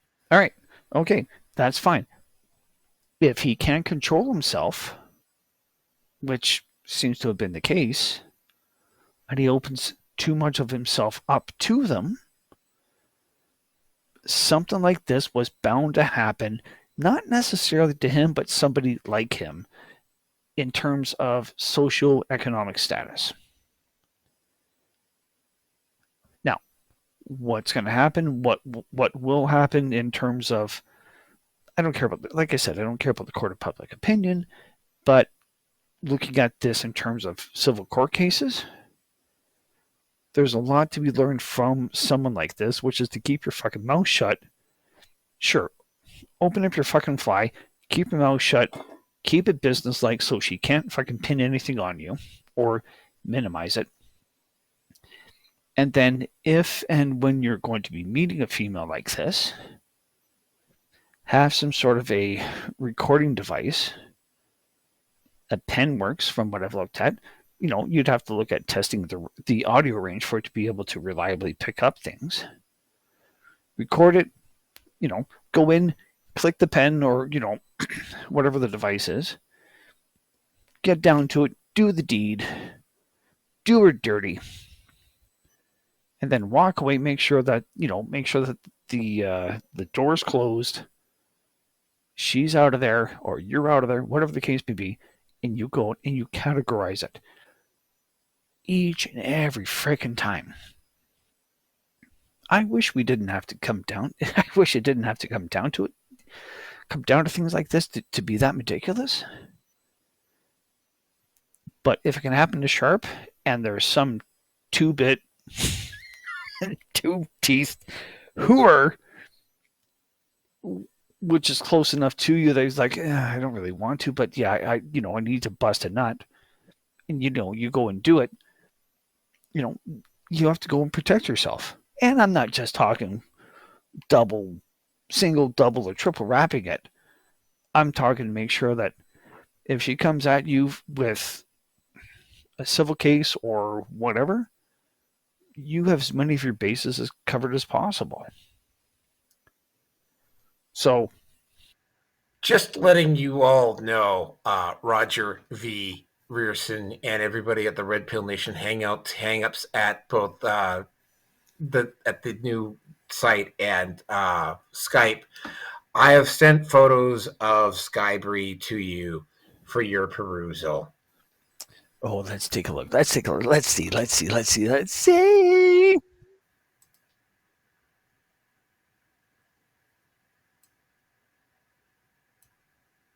Oh yeah. You can. She's definitely got the goods. Well, she's got the goods for now until she's got slut face too. By the way, folks. Let's see.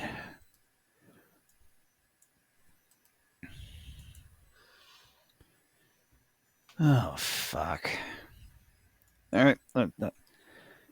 Nice rack. Decent body. She's got slut face. That nose ring doesn't do a damn thing for me. So yeah. Yeah, I noticed the nose ring too. Look, my God, those are nice fucking chesticles. Jesus. Boobs. There we go. I'll just say it. Yep. Those boobs are nice and big. They're natural. Until she hits that point that their collagen production just can't keep them up anymore. And they start to sag and sag and sag. Yeah, I went there. Guess what? I don't care because you know what? Women don't give a flying fuck about someone like me. So, don't care. I really don't care. Anyway, when it's all said and done, like men are starting to become paranoid, but the paranoia hasn't even begun to really settle in yet. Oh no, it's going to be late. It isn't even close to what it's like in Japan right now. Like And Japan is Japan is way ahead of the curve, and from the West, and Korea as well.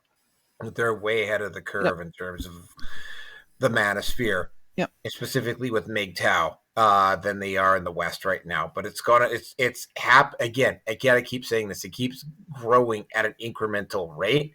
Yep. And they really, and as I talk to DDJ, they just don't know what to do about it, right? Because the normal shaming tactics, and especially the shaming tactics from women, just don't fucking work anymore.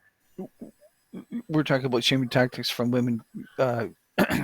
Oh, well, if you were a real man, you would dot dot dot dot dot, or the trad Oh, cons. Oh, well, a man's Oh, duty is to protect his woman, blah blah blah blah blah. And it's like, who no, heard? man, like that stuff is just falling. That stuff is just disintegrating at a So really rapid rate.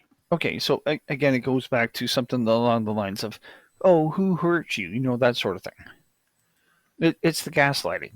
Yeah. Well, that's how women. That's not how women think. They don't think. They operate, and that's really about the only way to say it. And again, folks, this is a big shift in how I'm looking at things. That even 5 years ago, he was telling me about all of these things, but it didn't really clue in, and something at some point started to gel, and now this is what I'm looking at it. I'm looking at things in a more critical and, well, how will this affect me kind of light. So I mean, fuck. China, for God's sakes, is worried about men that are not getting married. They're not dating and everything else. The lying flat man, yeah, that's That's that's growing at an incremental rate as well. This, yeah. despite the fact that China has an even stronger grip on the facets of communication there, and lying It's flat man is just growing like an absolute, just growing out of control.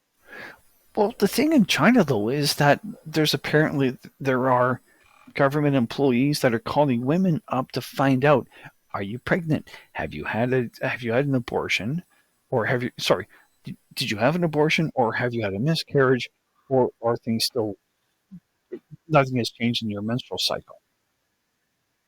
So they are really, really worried about all of this shit that's going on. And again, in China as well too, is that you're getting Russian or Ukrainian or you know Eastern European women that are going there. They're not asking for a bride price. They're not asking for a dowry. And that's pissing off a lot of the fucking Chinese women that are there. And it's one of those things of, well, see, there's something called Darwin's Law. It's not survival of the fittest. It's who can adapt the most to changing circumstances. And I've seen it. Oh, well, yeah, given enough time, I mean, like, again, this is going to happen in the West too. Yeah. Given enough time, I mean, it's specifically MGTOW, not just talking about the manosphere in general, but just MGTOW by itself From is one end, going to change. Well, I mean, it's potentially going to bring the society down, but it's definitely going to change the whole gender narrative. And there's not a goddamn thing that anybody in the establishment or within feminism can do to stop it, short of actually being able to reflect upon their own actions and make changes from within. And they're not going to do that. So the other option is that the whole society is just going to basically cave in on itself, which is exactly what's happening. Well, I was going to say, though, from a strategic point of view, it makes sense because what the elite powers that be, like at the very, very, very top of the pyramid, want is for a reduction in population. So not only are they going after, first world countries, European, Judeo-Christian based in terms of their faith and religion and structure of government and society. But they're doing the same thing in India. They're doing the same thing in China. And those are the two most populated countries on the planet. Number three happens to be the U.S. So there was that crossover as well, too. And, excuse me. I mean, yeah, guys, we've been going on with this one about 45 minutes, so we need to kind of wrap this one up. Yeah. So anyway, as I said, gentlemen, at the end of at the end of the day, if you have ambitions of improving yourself, moving up the socioeconomic ladder, great, no problem.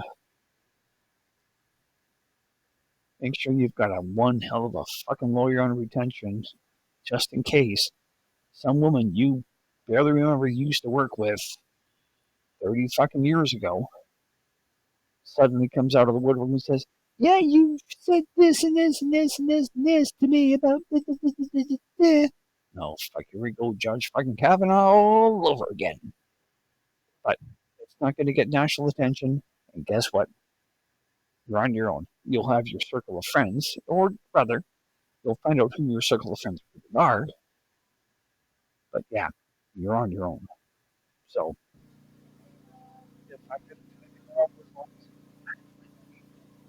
yeah, I don't know what happened, man, but you're somebody's sound just kind of went out. That was Rurson. Okay, well, let's move on to the next topic here. God, I didn't think that one was going to go on for 47 or 48 minutes, but it did. So. Can I say one thing about China, though?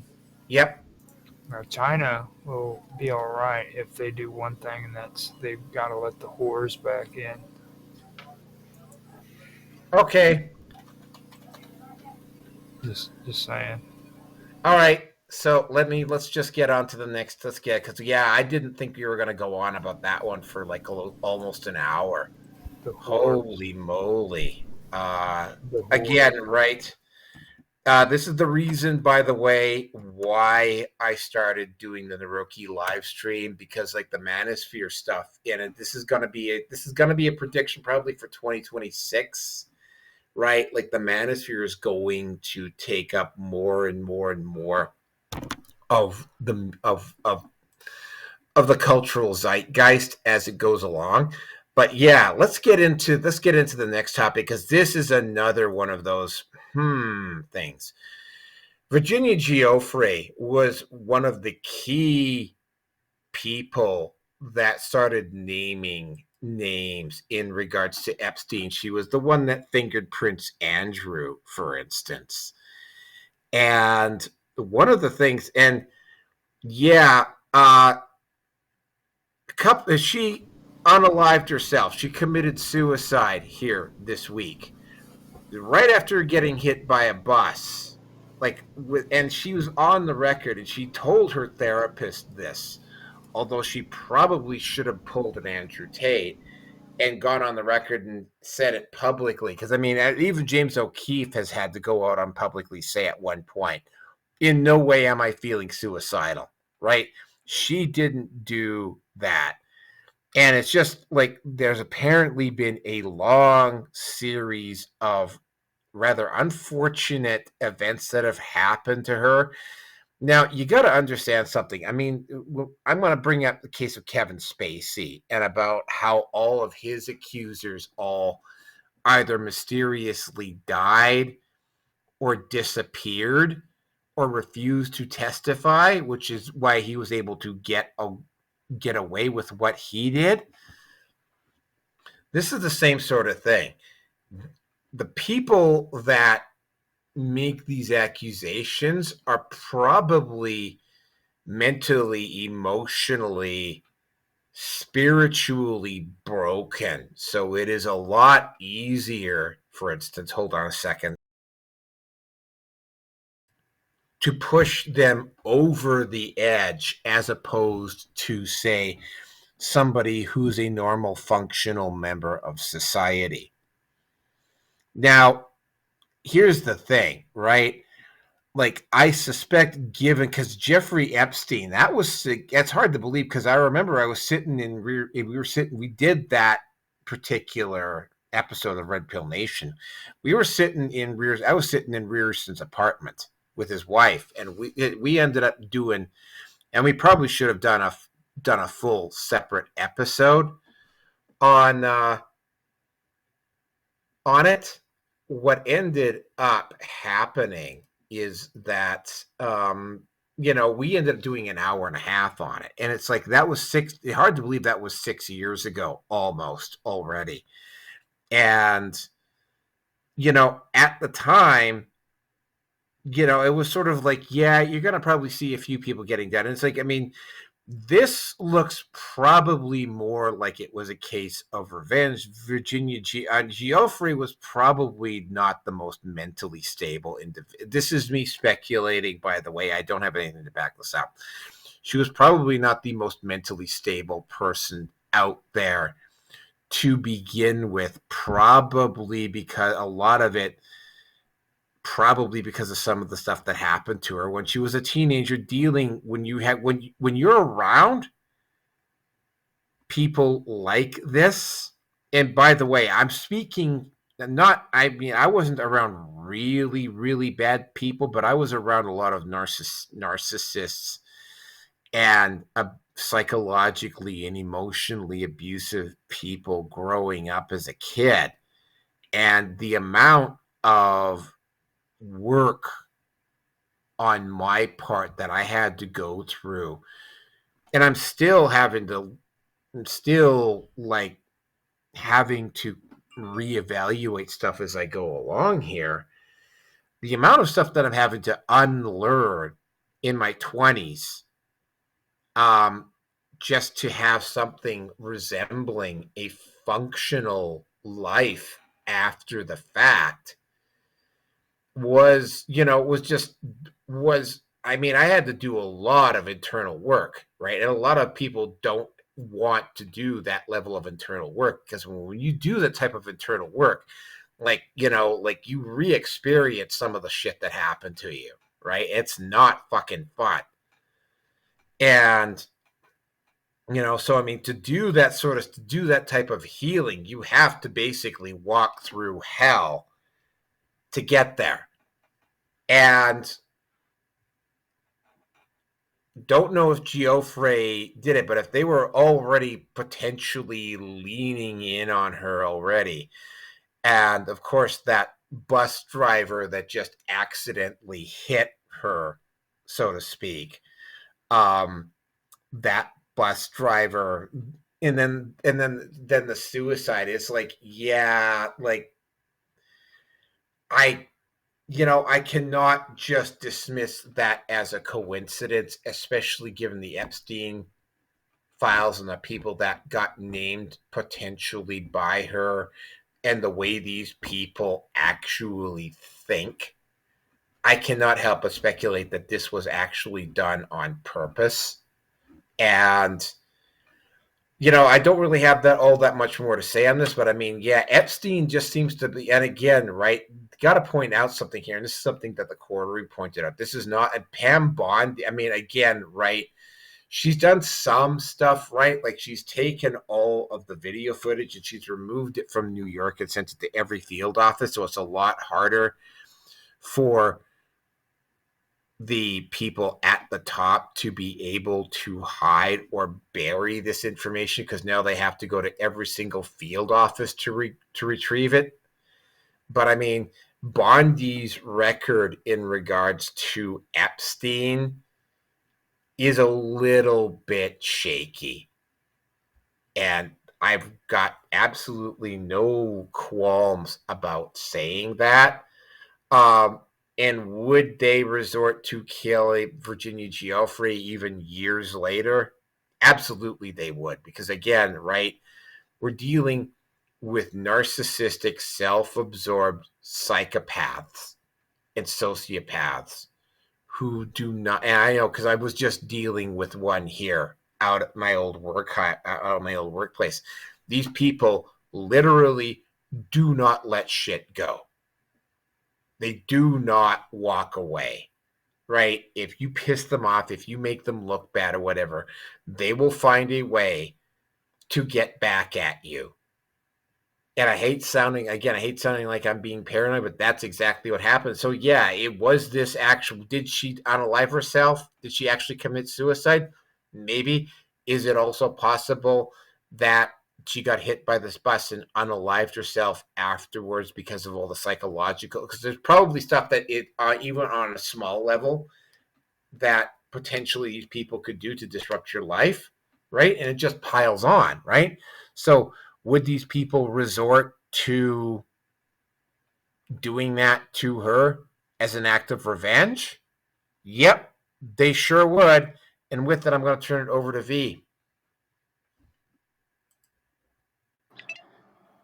Yeah, well, yeah, just it reminds me, yeah, of the Clintons. Like, if you're friends with the Clintons, yeah, you ended up suicided. Yeah, I don't know. That's why you're not supposed to hang out with certain people. You're supposed to steer clear away from certain people. Not to be absorbed in certain lifestyles. Have to be witness to some horrendous crime. However, I do like seeing this run parallel to the Diddy situation.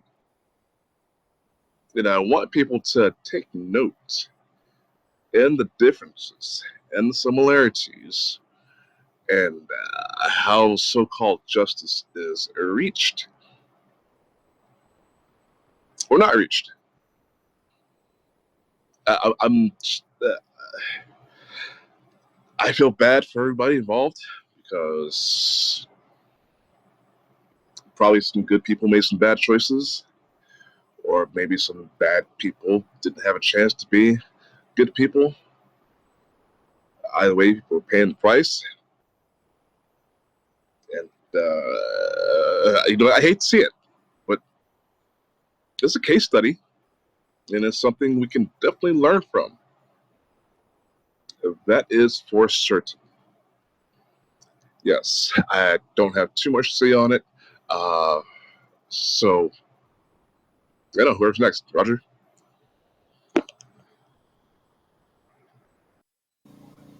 I don't know. I mean, I kind of agree about the mental illness thing because, like, I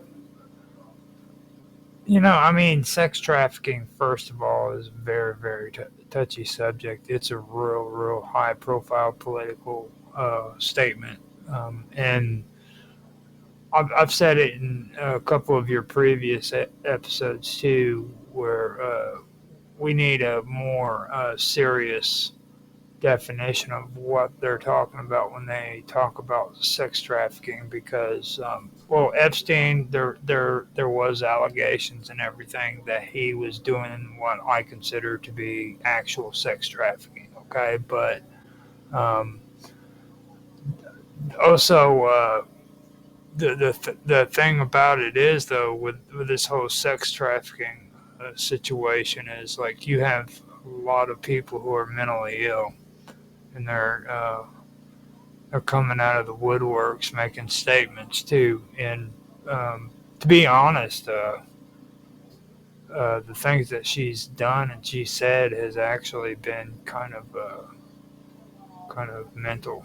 She claimed that she was freaking dying of like liver failure and shit after she got into that accident with a bus, and she claimed that it was going 70 miles an hour, and come to find out later on that that wasn't true. I mean, who would get hit by a bus anyhow at 70 miles an hour and survive it, like that? But um, and then she made a statement on Instagram where she said all that stuff, and her family proceeds to say that she's, you know, um,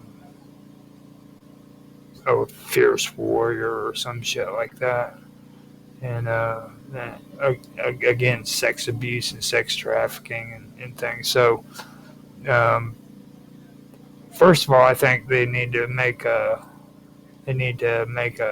clear definition of what they're talking about when they talk about sex trafficking, because it's being politicized a lot, especially in California, where they're trying to say like pimps are sex trafficking prostitutes who go out on the street and voluntarily sell themselves. That's not sex trafficking, that's prostitution. Um, and no, I'm not saying pimps are all right for abusing prostitutes or anything like that, but there's a clear definition of what prostitution is.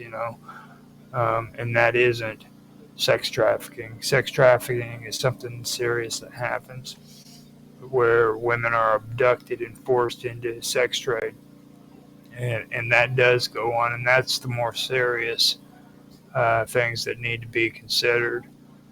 So that's the one thing that I always point out when I get into this conversation. I think that there's a bigger injustice being done by these political groups who are pushing the whole sex trafficking uh,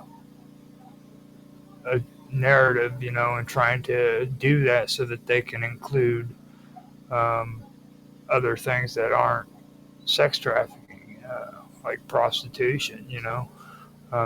That opens up a whole bunch of laws that include. I mean, I don't mean to throw that in, but that's exactly the same tactic they were using with Tate. Oh, well, he was a sex trafficker. And it's like, oh, no, no. These women were voluntarily going Yeah, to those suites to do that stuff. He wasn't for it. None of the women that were at his mansion were forced to stay there against their will. Like, they could leave at any time. There's multiple videos of them doing that, too. But continue. yeah, and like even that, I mean, nobody actually got to see a legitimate court case when it came to Epstein. Which I personally, now this is the conspiracy side of me. I personally find that as being kind of suspicious too. Like maybe he was freaking xed off by somebody in a powerful position who didn't want things to come out. You know what I mean? So I mean, I don't believe that he committed suicide. You know what I mean? When it comes to his own death in particular. Um, and like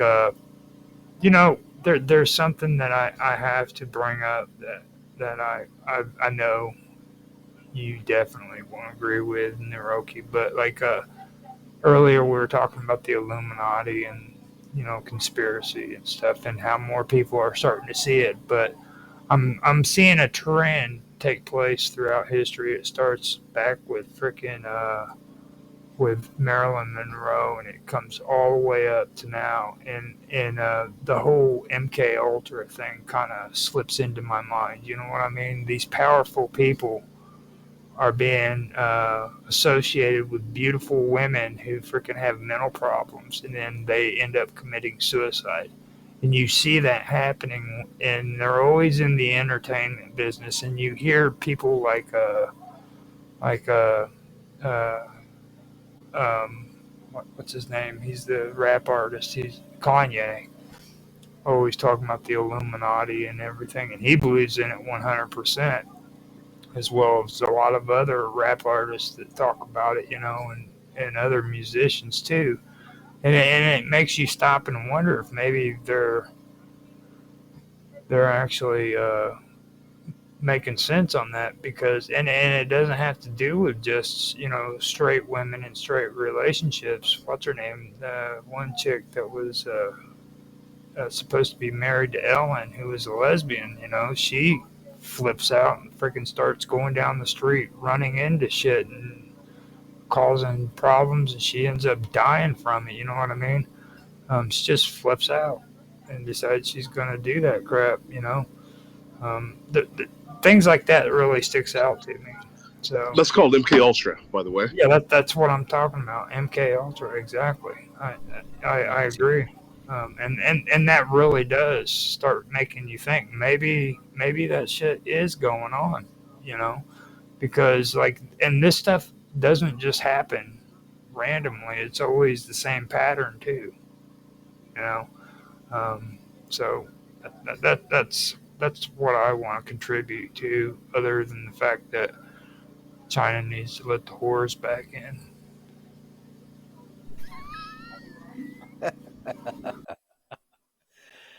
Well, as long as they taste good, that's all I'm going to say. Anyway, all right. Now, when you say taste, define that. Elaborate on that. Are you talking about eating whores? I'm talking about the scent, the Oh, smell. okay. I thought you were going to eat them. Is it cannibalism? No.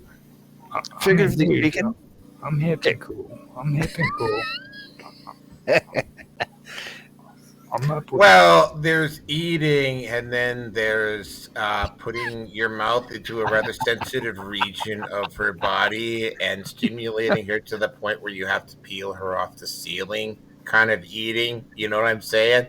Now be careful, because Sonya's in chat, and like if you get her horny, she is going to be all over me all the time for the next month. Okay, well, that's not my problem. it's my problem. I'm just saying. It ain't my problem. She gets real freaking horny and starts talking crazy stuff to me, and I don't want to come between her and Mark Watashik. They've got like this love affair going on, and Hey, Roger, what's it like eating rabbit? what do I have to grab? I guess that's the reason why Mark hasn't been getting up early lately, because he. So, yeah, Roger, what is it like eating rabbit? Oh, dude, I don't know. Let's say, oh god, oh god. See, this is what happens when I hang out with Canadians. They get all crazy and shit. Like, that kind of stuff wouldn't happen here in the United States unless you're hanging out with a V. Oh, wow. Talk about deflection. V. V, I do believe your honor has been infringed upon. He won't say nothing. He just keeps quiet. I think he's mad at me. I found out what his real name was. You know, it's all good. It's all good in the neighborhood. You found out what his real name is, huh? Everybody should have a chance to ride the waves, you know? I love it. I love it. Pick this topic up because we still got 2 more to go. Actually, 3 if you want to do the Star Wars thing too. So let's get going here. Actually, I do. I still do. All right. All right. Oh, Virginia Giuffre. I mean, she has been doing her best to keep her identity and location hidden. And then all of a sudden, out of nowhere, like 2 months ago, all of a sudden, everybody knew she was down in Australia around Perth. And I was calling bullshit on that one. So, the only thing that comes to mind for me that makes any sense is that she's going to be air quoted. She's going to suddenly die, and then that's going to be it. Because my feeling is that she is going to be going underground or into extreme witness protection program or whatever, and will be testifying against the likes of Prince Andrew and whomever else that he is associated with to bring them down. Now, can I prove it? Absolutely not. I can't, and I'm not going to. But when someone like her is that deeply involved,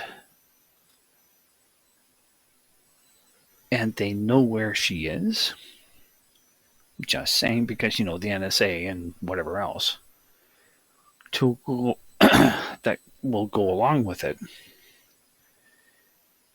And now it becomes a topic of discussion. I mean, I remember when Epstein was first talked about back in 2018, 2019, and I thought that was going to be the end of it all. Nope. No, it wasn't. Epstein had to, quote, kill himself first, which could not have been done because of X, Y, and Z, and the whole freaking bit. And then there was the whole ear print, not fingerprint, ear print of, shall we say, Epstein's body that came out of the cell. And listening to one former medical doctor, he said, that's not him. Everyone's ear is different. They may look similar, but they're not 100% identical, which is no different than our fingerprints. So, what Virginia's quote-unquote death will be, I have no idea. But I don't believe what's going on with the media. And I think that's probably the most reasonable thing that anybody that has a functional brain will say. Now, at this point in time will tell. We'll see.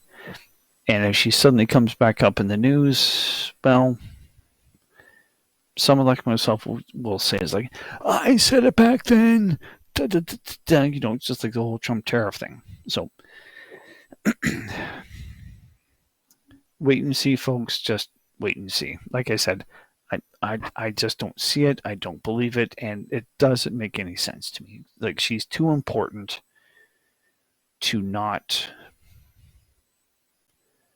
for her not to be around. Oh, what was that movie with Schwarzenegger and the former penthouse pet, Vanessa Williams, where they faked their own death? They got underneath. They went through a trap Actually, door. no, she had photos of her released to Penthouse. She wasn't actually a Penthouse pet, and it was actually Playboy. But yeah, no, it was Penthouse. But yeah, she never posed for Penthouse. Okay, well, she was. She had the photo expose when I remember this being at my cousin's town. Anyway, this was a long enough time ago. But there was that movie that Vanessa Williams was in with Schwarzenegger, and there was a van that blew up after they testified. James Caan was in it. And they basically... Yeah. It was called Eraser. Okay, Eraser, yeah. Yeah, so they basically went through a trap door at the bottom of the van, which was parked right above a manhole cover to go into the sewers. The van blew up, and then you will see underneath where the van is, someone's, bringing the manhole cover back on, and away they go. So to me, it's no different than that. So, as I said, time will tell. Will that happen? Will we see it? Maybe, maybe not. I don't think that she died. She's too valuable against the negative powers that be. So I'll just leave it at that. So moving on.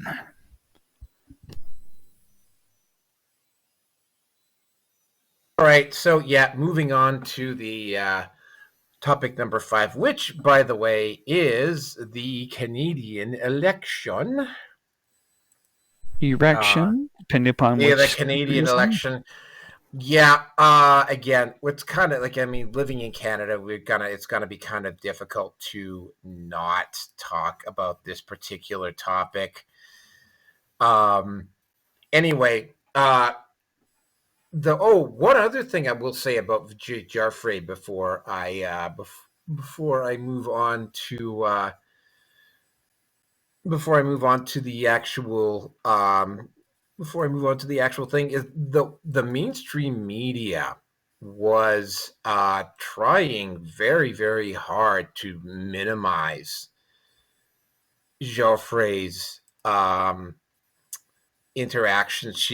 They were making claims, for instance, that she was still in contact with Prince Andrew even after the events took place, etc. So yeah, they were really trying to They were really trying to downplay it. But in terms of what's going on here with the mainstream media here, hold on a second. Yep. So looking back on what happened after everything went down with Trudeau, they basically what they and this is the same sort of thing that Trudeau tried to pull back in 2021 is there and of course they also saw what happened in the US when they didn't minimize the amount of time between when Kamala Harris was nominated for the head of the Democrat Party versus the amount of time in the election. This time they're trying to do this. They're trying to minimize the amount of time that it's going to take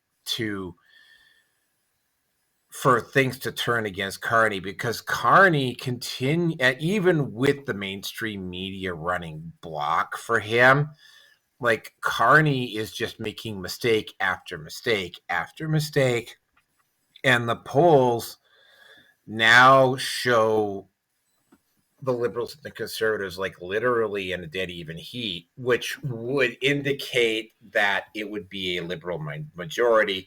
And why it would be a Liberal majority is because, again, right, most of the seats in the House are in the Laurentian Basin, that area between Quebec City and Hamilton. The issue here, though, is, again, right, like the polls in the United States were also showing that Trump and Kamala Harris were neck and neck. And then come election day, that wasn't the case. And I'm also going to point out in 2021 as well, right, the polls versus what the actual electoral results were, the Conservatives and the Liberals were almost dead even in the vote in 2021. So if they're dead even, this is me being optimistic, by the way. If that is the case, then what's going to happen here is that the vote is going to be it's going to be a very, if you go by what was trending in the United States during its election versus what was trending, what the poll said versus what the actual result was in the United States, and you transfer that same parallel thinking over to Canada, it is going to be a very slight, slim conservative majority, perhaps. The other part on this is, and this is becoming really, really obvious as I continue to look at what Jagmeet Singh has been doing with the New Democrat Party. Jagmeet Singh, and it's been mentioned on True North, and it's also been mentioned on Rebel a couple times. Jagmeet Singh seems almost hell-bound and determined to like literally self-destruct the New Democrat Party so that the Liberals will win. And it's sort of like, well, of course, he's got his pension now. He's probably going to lose his own seat. By the way, his electoral office is on Kingsway in Burnaby, about a block. If you're going from downtown, you hit Metrotown Mall. When you get into Burnaby, you pass Central Burnaby Park, and then you get to Metrotown Mall, which is the single biggest mall in Vancouver, which is still, by the way, only about 40% of the size of West Edmonton Mall, but I digress. It's still a pretty big mall, and it's more like a California-style mall. And then you drive past that, and about a block, less than half a block past there, that's Jagmeet Singh's electoral office. And apparently he has...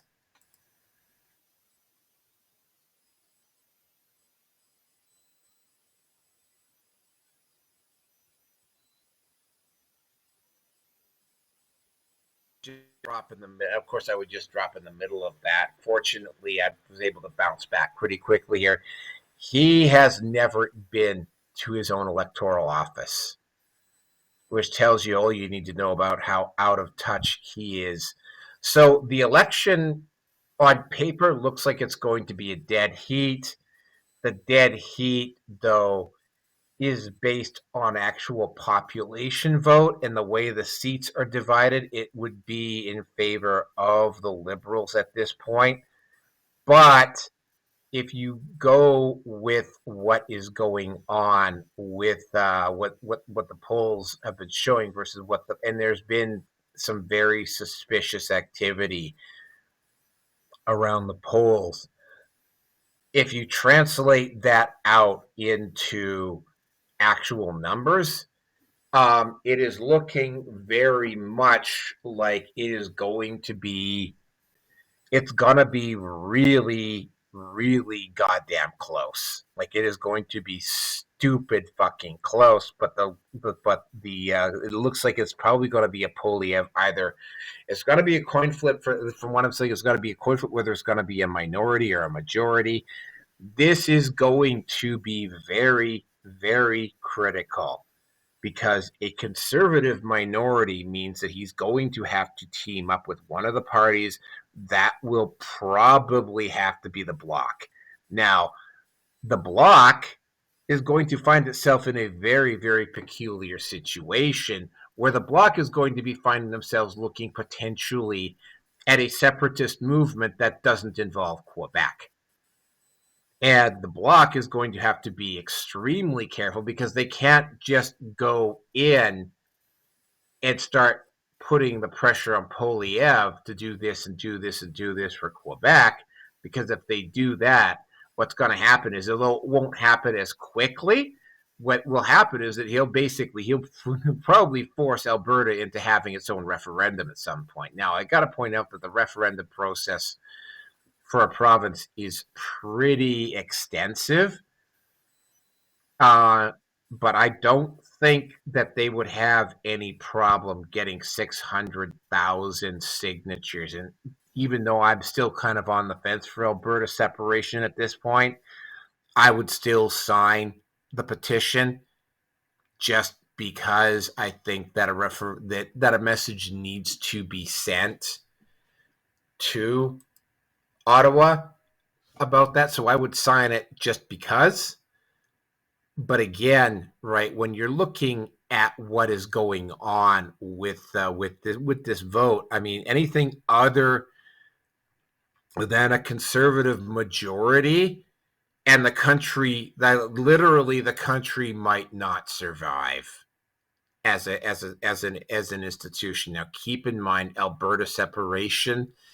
And I've done a little bit of looking into this. There's a whole bunch of stuff that Alberta would have to take on. And then there's also the question of Alberta's membership in NATO, Alberta's membership in NORAD, Alberta's membership in the UN, and all of those international organizations, the development of a complete different structure, which is basically the stuff that the federal government do, that would all have to be put in place. And there's also be a currency. And even if they decided to become a member of the even if they just become a territory or a state in the U.S., that's still not as cut and dried as a lot of people like to think it is. But yeah, the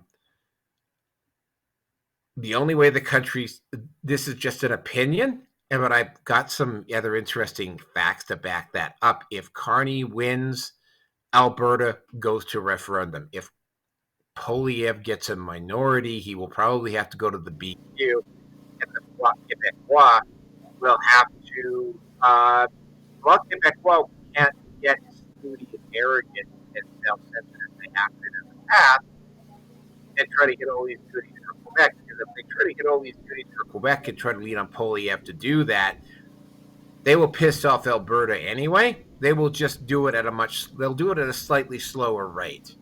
So no matter which way this goes, anything other than a conservative majority is going to lead to an Alberta vote for separation.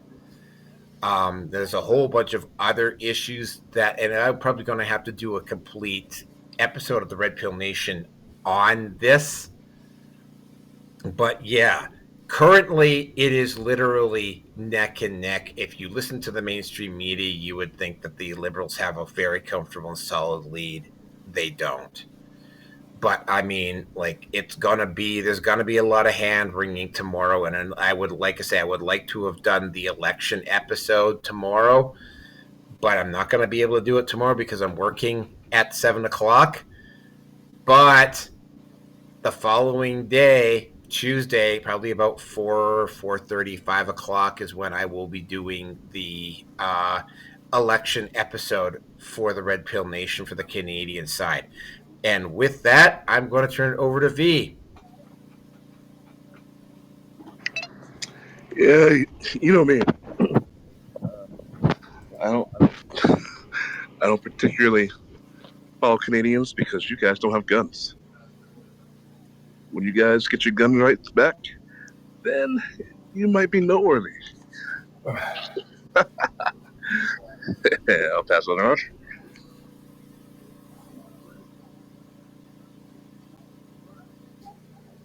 Roger. Oh, it's my turn. Oh, I'm sorry. I was actually playing around with my new action figure, the targeted people action figure. Zip. You see that? I got so much cool stuff now, man. Like today, freaking Angel Hispano messed up. He started putting all these weird action figures on the Skype, and like he didn't realize that I really enjoy that stuff. So I'm gonna showcase this one on here. You guys see that in my thing? You guys see that? My picture. Yep, I do. That is so cool. And I got there it is. Yes, there it is. Okay, yeah, I see it. Yeah. now that one I think is the coolest one, and that is of course our friend B, and I think that's cool. And then there's another one of Dave Kelso that I think's cool. I think Angel messed up with me, but he did good on Mark, but he didn't do as good as what he did on Angel and Dave. So I wanted to showcase that for you guys. Let you see it. When it comes to Canada, though, I only have a couple things to say. We want our eggs back, okay? We know where it is now. We know who's got them. And you guys need to give us our eggs back. Because freaking we're tired of the shit. That's why we put tariffs up. It's because you guys are coming down into our country and stealing our eggs and taking them back to Canada. Because the price of eggs have gone up. And apparently it has something to do with those tariffs.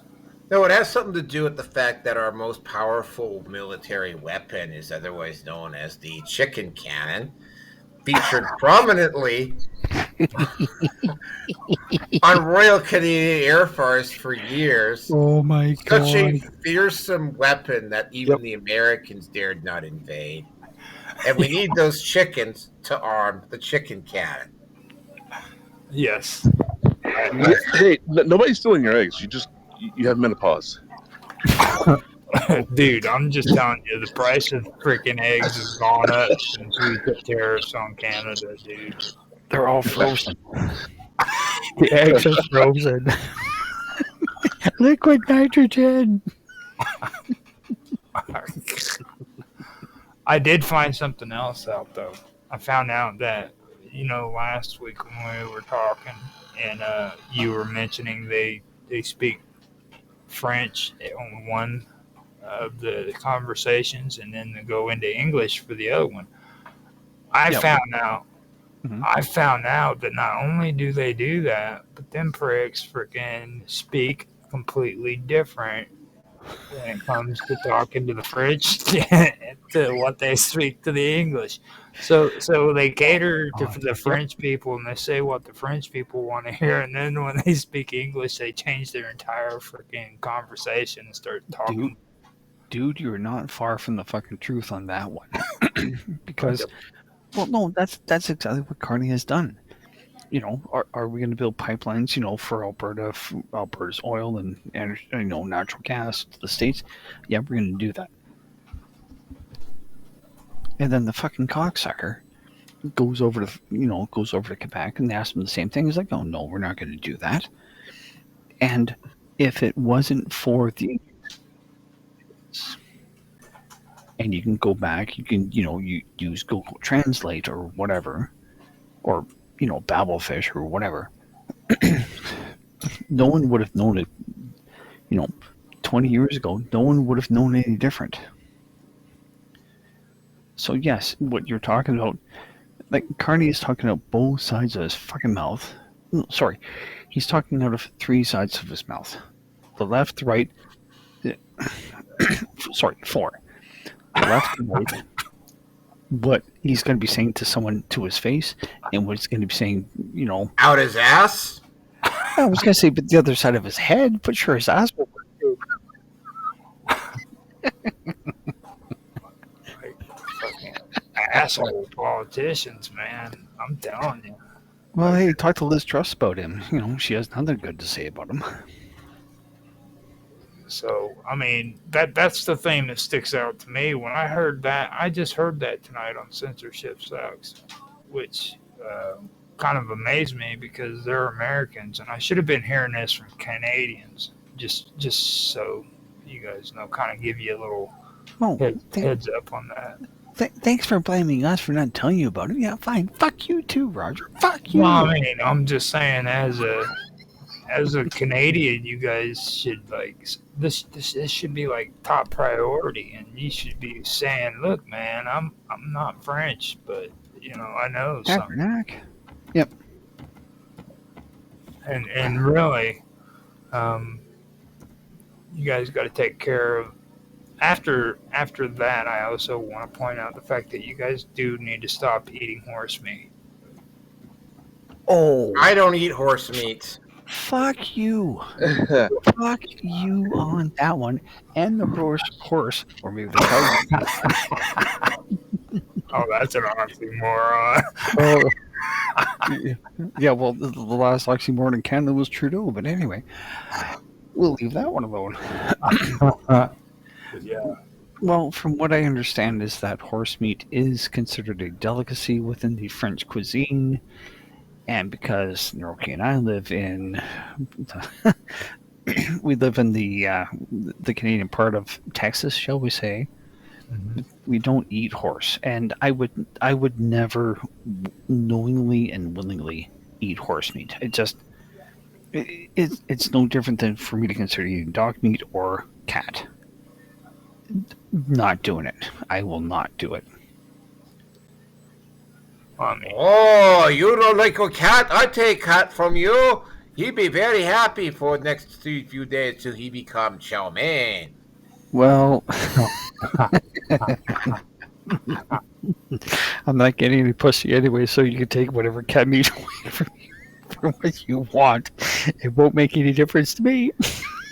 Did anybody ever watch old enough to remember that Hill Street Blues episode where there was half the police station at this new exciting Chinese restaurant, and they're all having dinner in there, and then the other half of the police station comes busting in because cats have been disappearing from the neighborhood.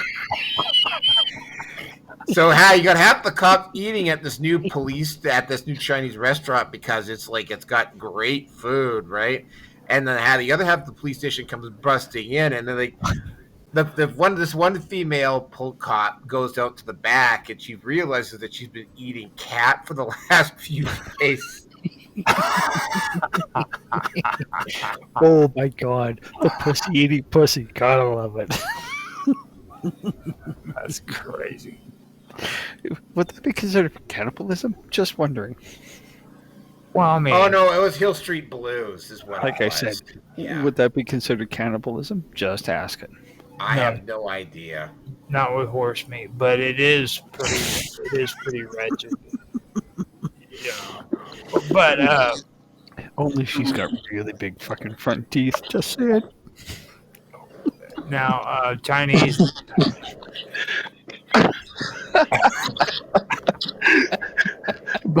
Bucky. Where did you post this photo up? Because I can't find it. Did you post it up at the at Skype? No, it's my avatar. Look down at my avatar right in the stream. Oh my God! Yeah. Okay, I see it now. All right. Continue, Steve. Oh, me? Oh, good Lord.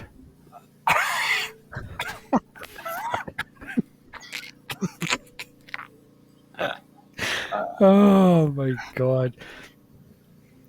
Oh, Stay give me. focused. Stay Oh, focused. Stay Jesus, focused. Mary Joseph. Okay, Okay. getting back. Okay, getting back to the whole. Getting back to Canada. God bless Canada. Oh my God! All right, So do you the guys Canadian. still want to move to Texas? Just wondering. I would prefer to stay here, but Oh, that's just me. I've had enough of Texas for a long time. okay. Well, then come on God. up here. We don't care nearly as much. I don't know what else to say. Tide appears to be shifting in favor of conservatives. The Canadian election hits the final stretch. I honestly, I'm still sitting on the goddamn fucking fence for voting. I really am. I mean, I like. Naroki has brought this up. Smith, and she has said enough things that will make you. If you're conservative leaning, you're going to like what she has to say. And there are enough things that Polyev has to say that I do like. But he has said enough things I'm just going, I don't, I, I can't quite get behind this guy. And I hate having to have the proverbial gun half cocked or cocked and pointing at the back of my head because, I mean, he, when it came down to it with the C-1984 virus, I'll just leave it at that. And the government needed to go into massive deficit spending to stimulate the economy, which would only basically bring about more inflation, which is where Canada is even more so than it wasn't before. And the fact that Polyev was also pushing for people that needed to get jabbed. I can't do it. I just can't do it. I cannot bring myself to voting for him.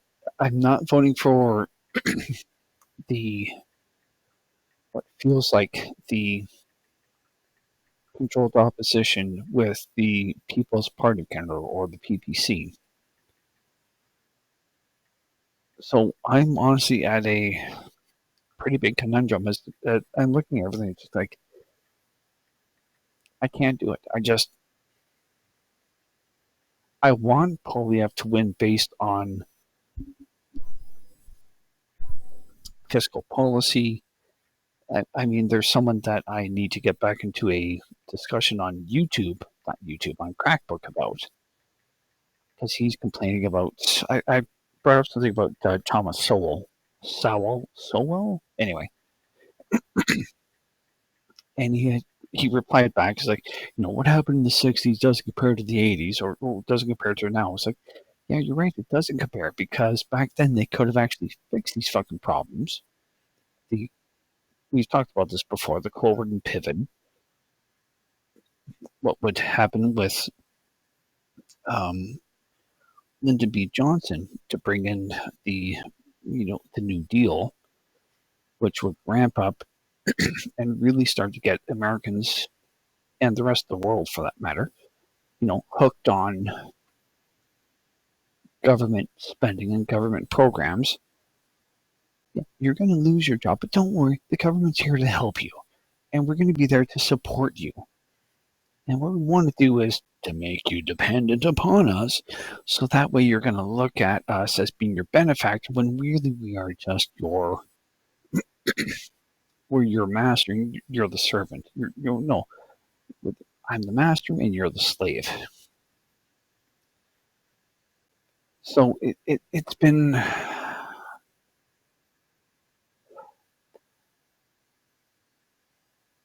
I spend a lot of time thinking about what can go right and what can go wrong.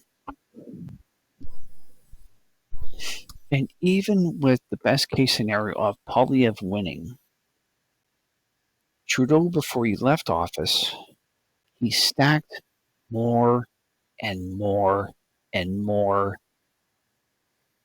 liberal, indebted senators to basically toe the line. Now, if you're not familiar with Canadian politics in terms of the chamber to the Senate, Congress to the Senate, to my knowledge, the Canadian Senate has never passed a bill. Sorry, they have never introduced a bill and then made a law that has to go to the Prime Minister's office or the PMO. And I remember going back to my grade 9 year. This was, 1984, literally 1985, somewhere around there. Say 1985. And there was talk about reform in the Senate way back then. I have some ideas as to how it could be made better. It's not going to be an American style, but something that I think that could work for Canada. But we'll leave all of that alone. But at the end of the day, when the parliamentary system that Canada has, the Westminster, if a bill, whether it's a private member's bill or it's part of the government, it wants to be put into law, it has to go from the parliamentary system into the Senate. And this can basically be a case of dodgeball, where I'm going to throw, you throw it to them, it goes from the parliament to the Senate. The Senate looks at it and says, like, yeah, we don't like this. You got to make some changes. And they send it back. They can do this 3 freaking times. And if it doesn't pass the Senate after the third time, the third attempt, that bill becomes quote unquote dead. So Poilievre can get his majority, but until there is actual Senate reform within Canada, shit ain't going through, because there is a liberal, left-wing, socialist, whatever you want to call it, bias that will not allow him to do very much. So what we're going to get outside of economic bills, the throne speeches, if he gets in, or he gets in with the BQ, which will be the second time within Canadian politics that the Quebec separatist representation within the Canadian parliamentary system will have to go through again for the second time. My apologies, I already said that. But you get the idea. So there's nothing there that is going to be able to make me feel as, in essence, as an Alberta separatist, that there's any reason for Alberta to stay within the Federation of Canada, to stay within the confines, within the orbit of Ottawa.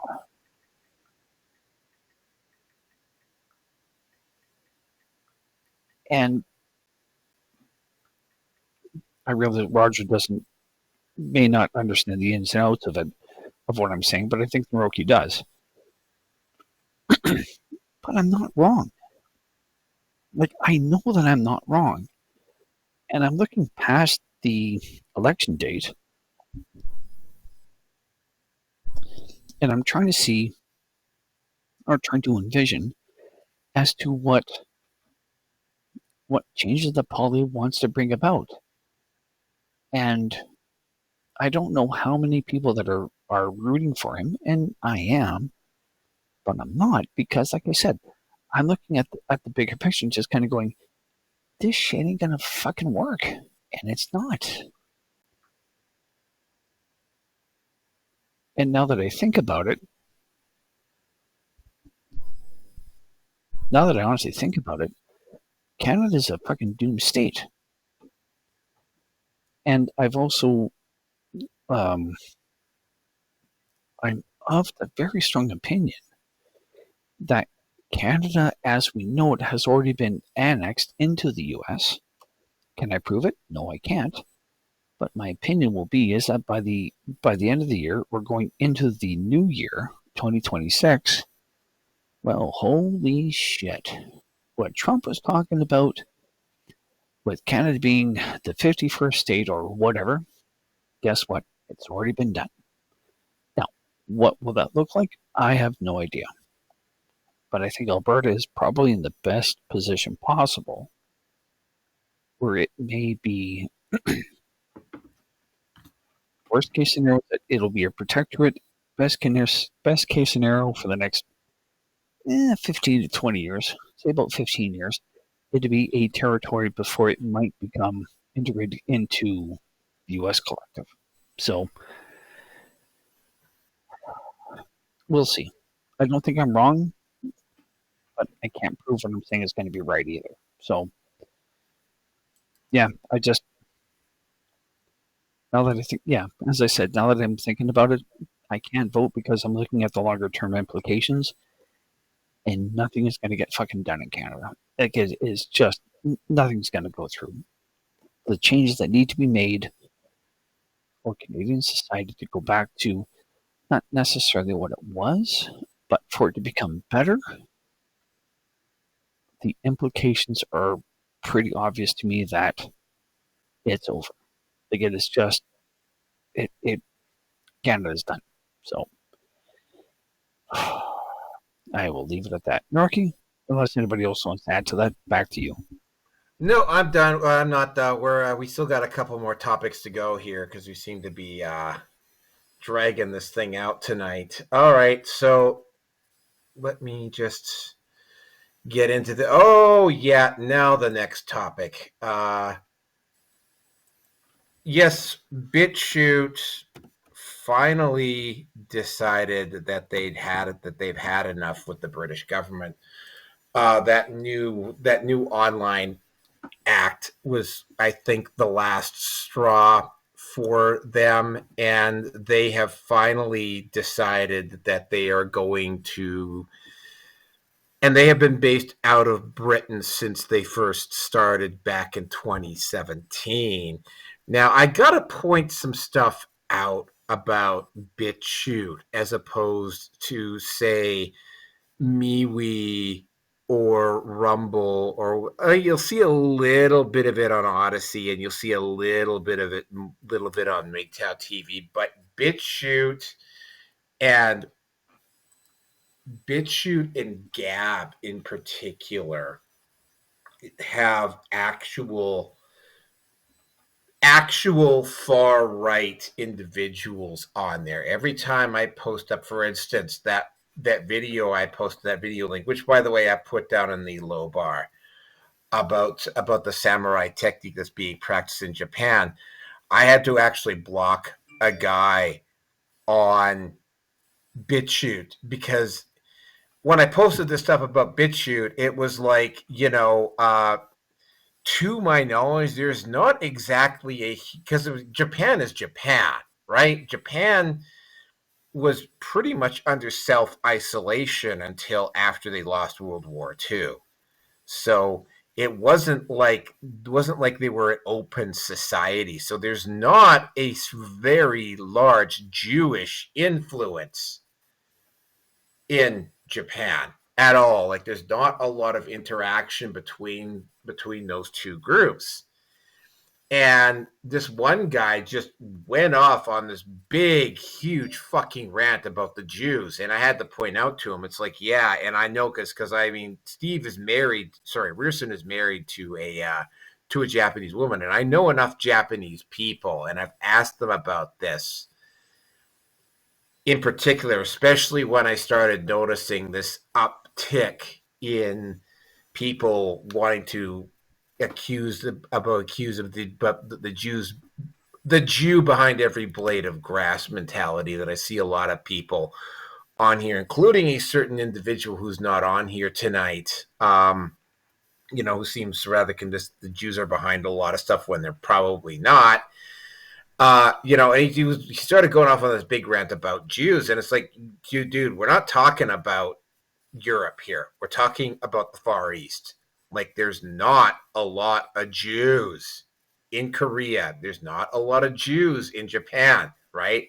So, I mean, like, you're just dead wrong. And this guy, in typical far-right fashion, and you'll get this on Gab too, right? And they will just argue you to fucking death. And they will bring, this guy actually had sources. When I looked at these sources, and I hate having to use genetic fallacy, but anytime you come up with somebody who's like absolutely obsessed with the fucking Jews, you absolutely have to go and look at you have to go in and you have to actually take a look at the source of any article that they write.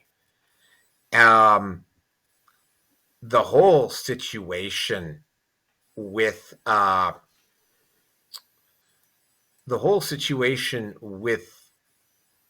Bitchute, though, is that Bitchute has been continuously under harassment from the moment it got on board. Bitchute for years had a problem with its uploader, which is, by the way, why I didn't really participate very much in Bitchute, because there were times on Bitchute where I had to upload a video 5 goddamn times before it would upload properly. And they finally fixed it a couple of years ago, and they're still having issues with the uploader.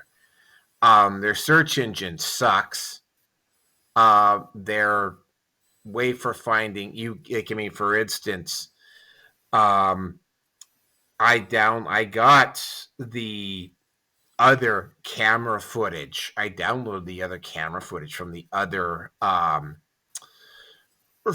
camera of the George Floyd, not the one where you have the cop on George Floyd's back, but the one where they actually stop him and pull him out of the car, and he says he can't breathe like 7 or 8 times before and they actually literally, and I know this, and because I've seen the video, and it is up on Rumble, right? Where the police literally offer him, I think it's 3 or 4 different times, to leave the window open for him. But he has to get into the back seat of that vehicle, right? That, to Bitchute's credit, Bitchute allowed, which is something that wasn't happening on YouTube. They would allow you to, by the way, this is back in the day when YouTube still had like 98% of the viewing audience. This is back in 2019, 2020. They allowed people to upload content that you wouldn't be allowed to upload anywhere else.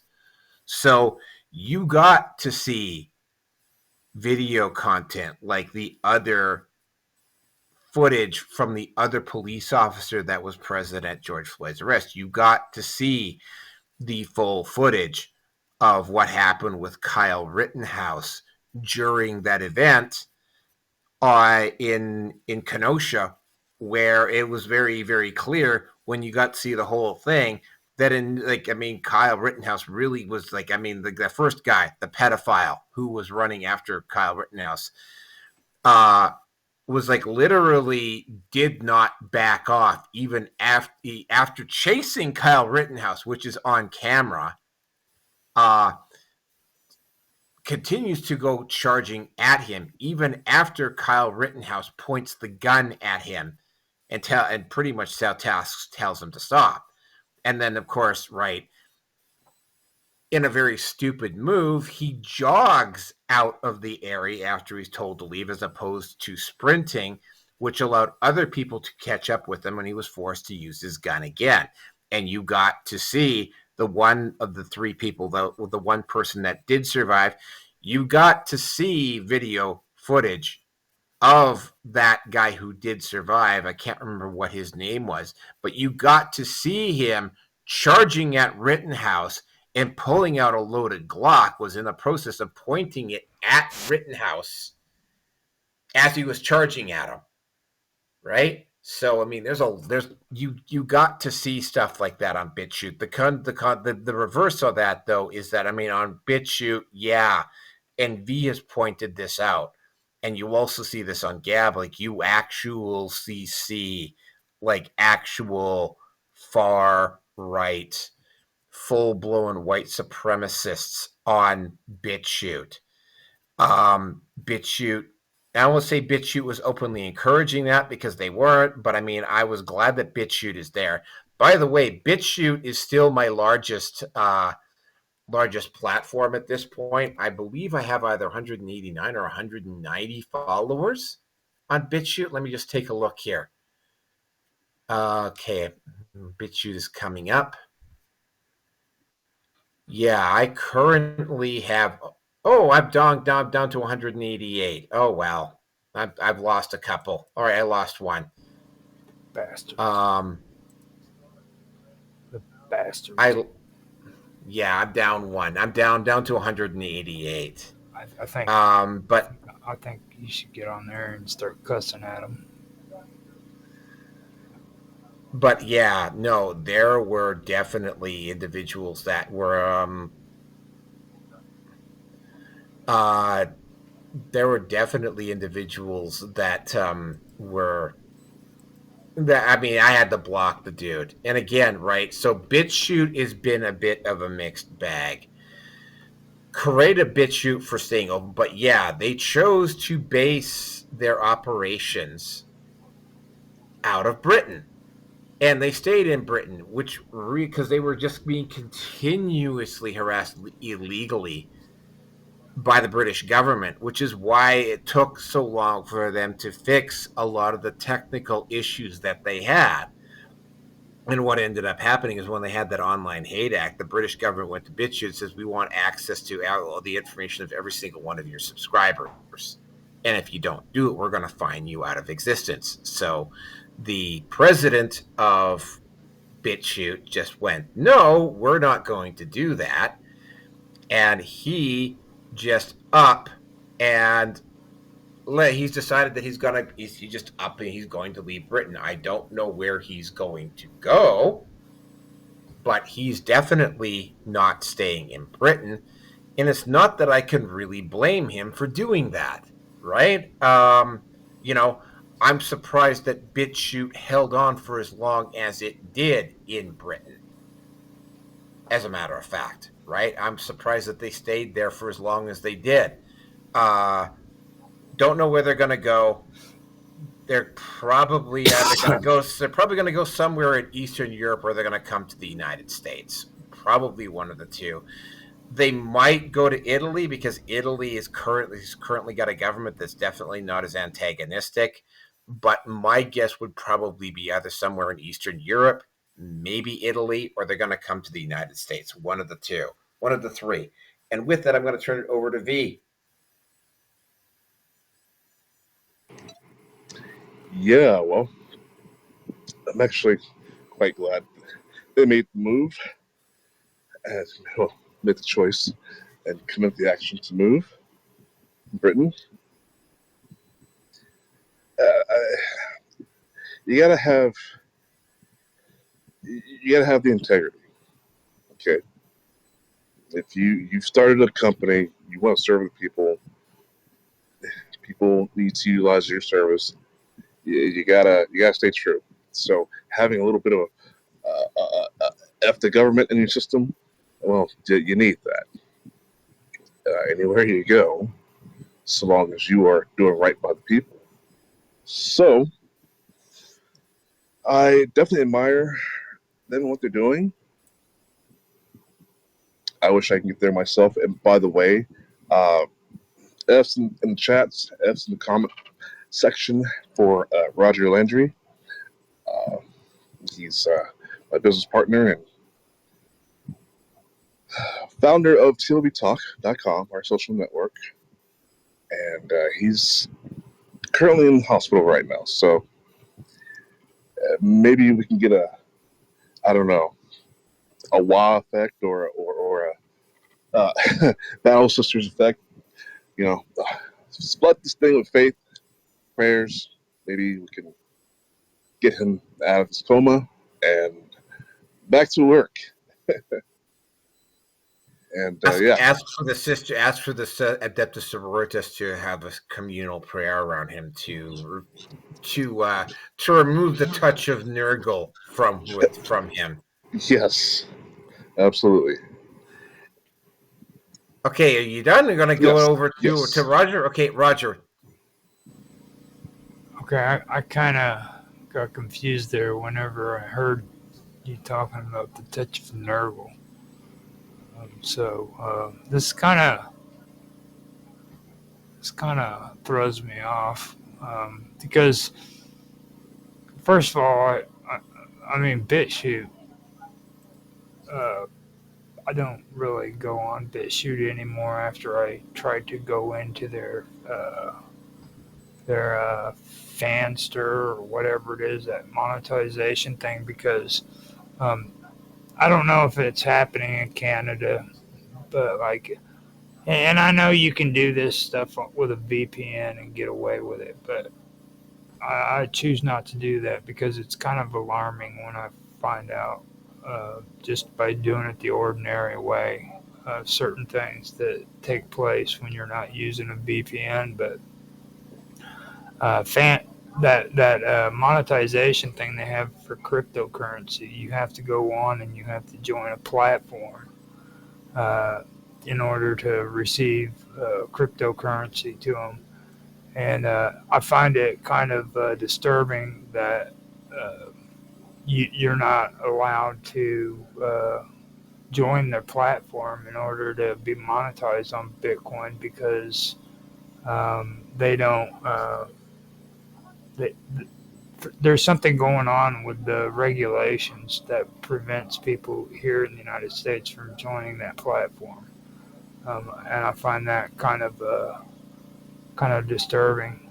And the thing about the white supremacy thing, that I do see when it comes to a lot of things on Bitchute. I've here in the past done an interview with a guy by the name of Brian Rue, and he is one interesting person. That's all I've got to say. I've had this conversation with Jaffe, and Jaffe just thinks the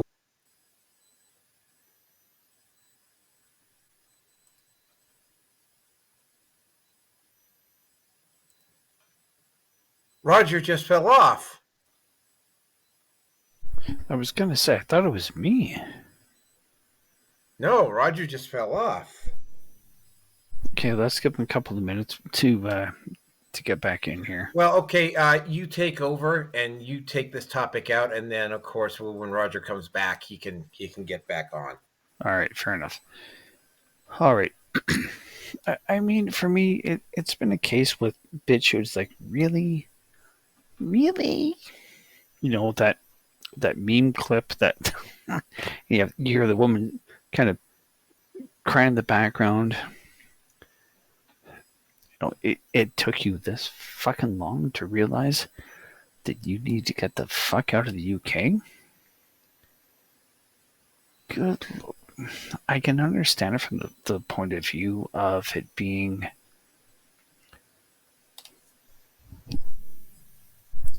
that you want to try to keep as many Britons or Brightons employed as possible. Sure. But with the censorship laws that have been encroaching in the UK, where you can't fucking say boo to a goddamn ghost, because you're going to be put away for 5 to 7, maybe 10 years, depending on what the judge wants to do with you.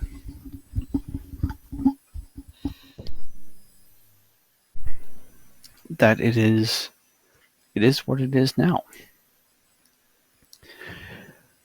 But I suppose at the end of the day, better late than never, because Lord fucking knows that they've been a bit slow on the uptake to improve themselves. And I think I've seen enough questionable soft censorship of sorts with Bitchute. It just, I fully admit that I supported them. I gave them a subscription. Good Lord, I haven't been on Bitchute in fucking 3 years now that I think about it. I've gone back to the evil empire of Google or YouTube, but I'm branching back out onto Rumble. Sorry, V, but you guys aren't there. Not yet, at least, anyway. But it took them too long to finally realize, like you two, as in the awful Irish band, never liked them, but that's another story, that they they moved out of the British Isles and they went and they headquartered themselves, I believe it was in Holland at the time, or the Netherlands, because of lower taxes. So, the little band that wanted to be bigger, wanted to be heard, was a protest band or whatever, those fuckers sold out pretty quickly. But we'll leave that alone because I have nothing good to say about them. But with Bitchute, I don't know. To me, it's been a case of, too little, too late. And I guess in a sense, this could be paralleled with Rumble being co-headquartered in Canada and the US. And I suppose that they can do that in the sense of it being is that if the US has more favorable legislation, they can pull that shit within the Canadian judicial system or the lawfare system to make it more difficult to go after them because, well, if the Americans are doing it, then we can do it here. So maybe it'll work, maybe it won't. I don't know. I really don't know. But with Bitchute, I mean, shit. The first person that made it big on Bitchute, if I'm not mistaken, was Styx Hexenhammer. And I thought Dan Bongino was up there as well, too, at some point. But like I said, I haven't logged into Bitchute in a long fucking time. And I hate to say it, but I don't miss them. I really honestly don't. No. Maybe now that they've gotten out of the UK, that they're going to actually be able to do something with themselves. And I hope they do. I really do. But time will tell, and, well, we'll see. So,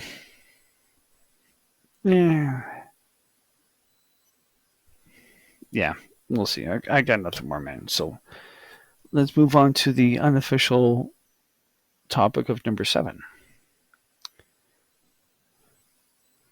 When you're ready, of course, that is. Hello. Naroki. Hey, man. There we go. All right. There Yep. you go. So Rearson is going to lead this topic off because he was the one who wanted to bring this up as a topic. So yeah, Rearson, take it away. This is your baby. I will be in the final spot and I will just take this show out. So and this normally does not happen. So yes. You guys This didn't year, hear a word I said, did you? no, we were ignoring you. No, I mean, I didn't. All that stuff I just rambled on about, you guys didn't hear that, did you? No, we didn't. Oh yeah. Oh, yes, that's right. Pick up where you left off. No, don't. It's not worth it. Okay. All right. Rearson, topic You number gotta do a 7. dual recording when it happens. That was horrible, dude. I was sitting there talking and didn't even realize that it went off. I had to go and refresh, but I was giving a really good spill too, talking trash on Bitchute.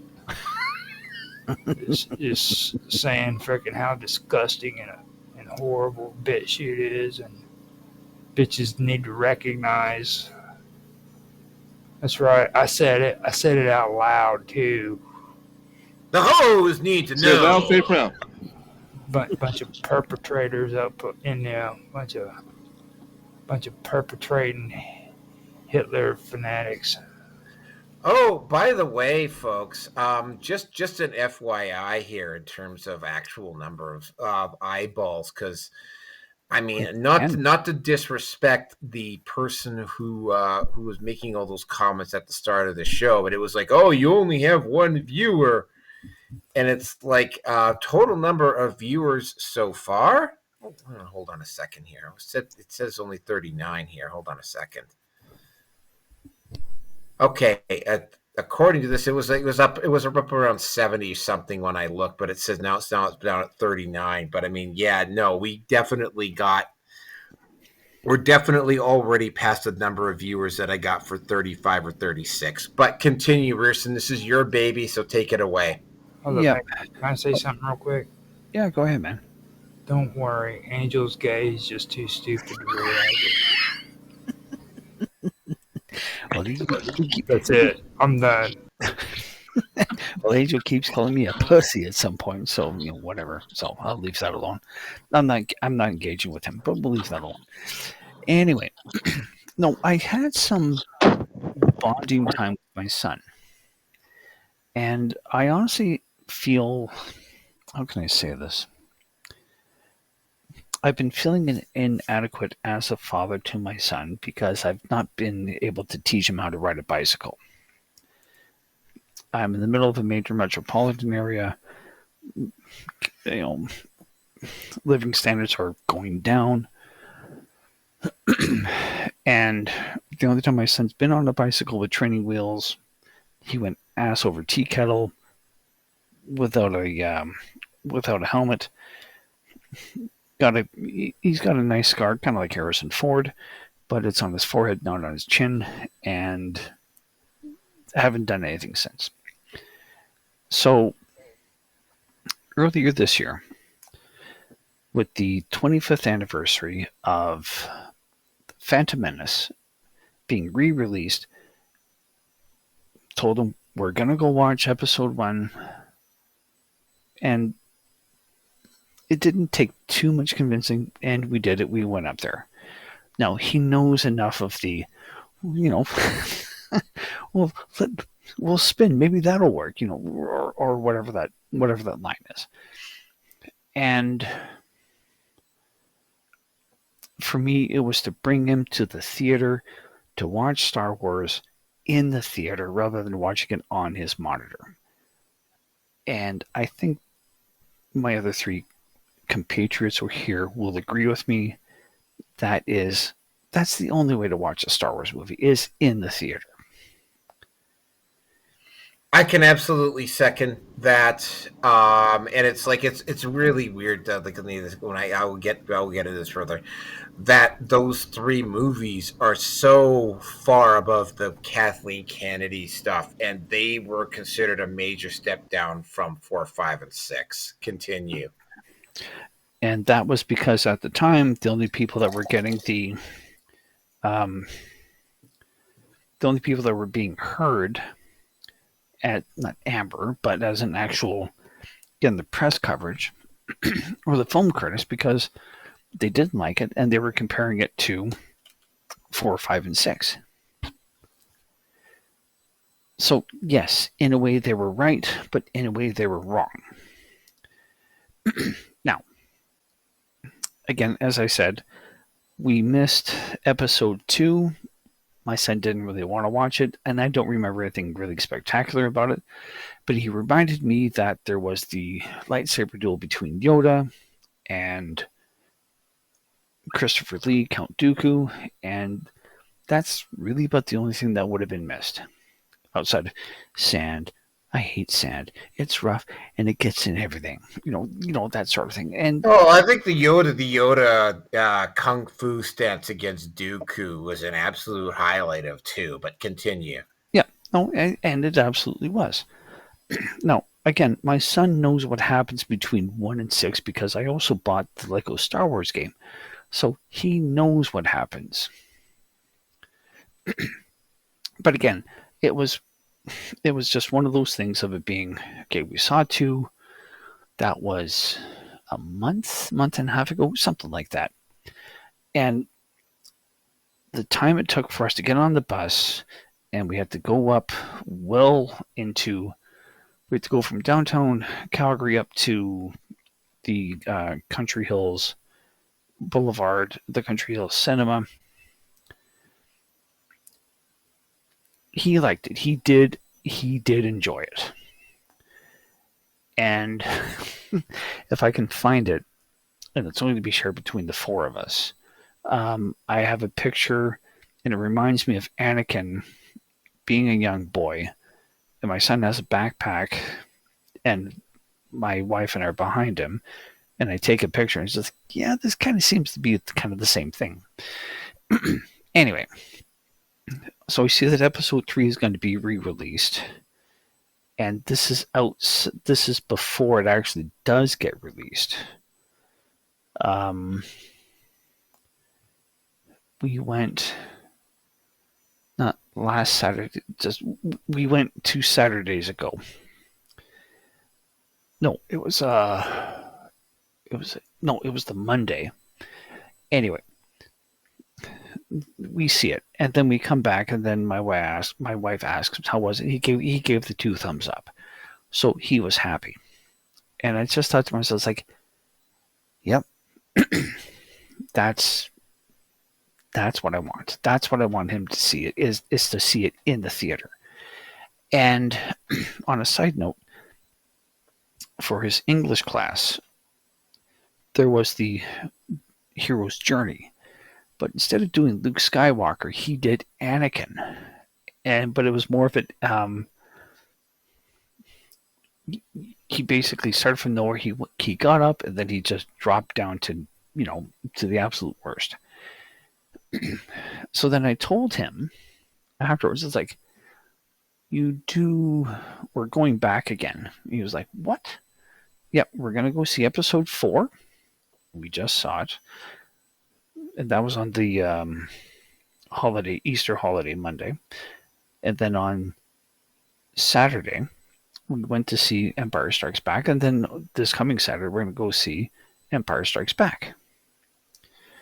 So for me, it's been one of those, he has to see it to experience it, because if I don't do it, he won't ever see it. He probably will never even consider it.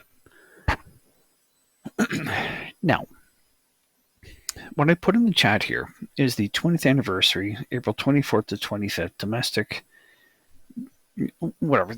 These are the stats that Neuroki normally brings up. $25 million for the weekend for Revenge of the Sith. And $17 million internationally. That's not chump change. I mean, it's not big in terms of, Marvel blockbusters. But with schedules, and Norky even said this as well too, is that, like, these are big, relatively speaking, 20 years later, these are big fucking numbers. I mean, it's only 10% of what Revenge of the Sith brought in the first time round. But compared to the garbage that is trying to be passed off as being Star Wars,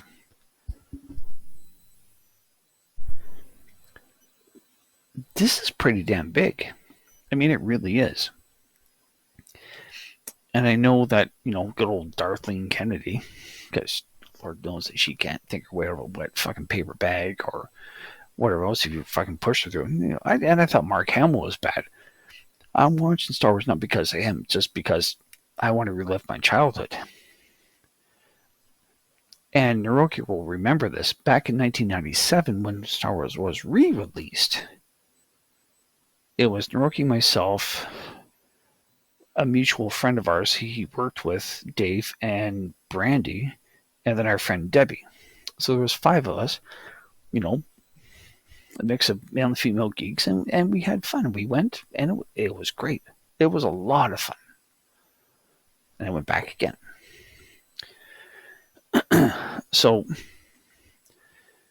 like I said, at the end of the day, to bring in $42 million over a weekend for a movie that was released 20 years ago, which wasn't well received then, but looking at what they're trying to make or trying to force down our throats, I would say that that is a really big testament to what worked back then, what should still work now, but won't be done because of, well, everything related to DEI or DIE, because that's what Disney's doing. They're freaking dying. So,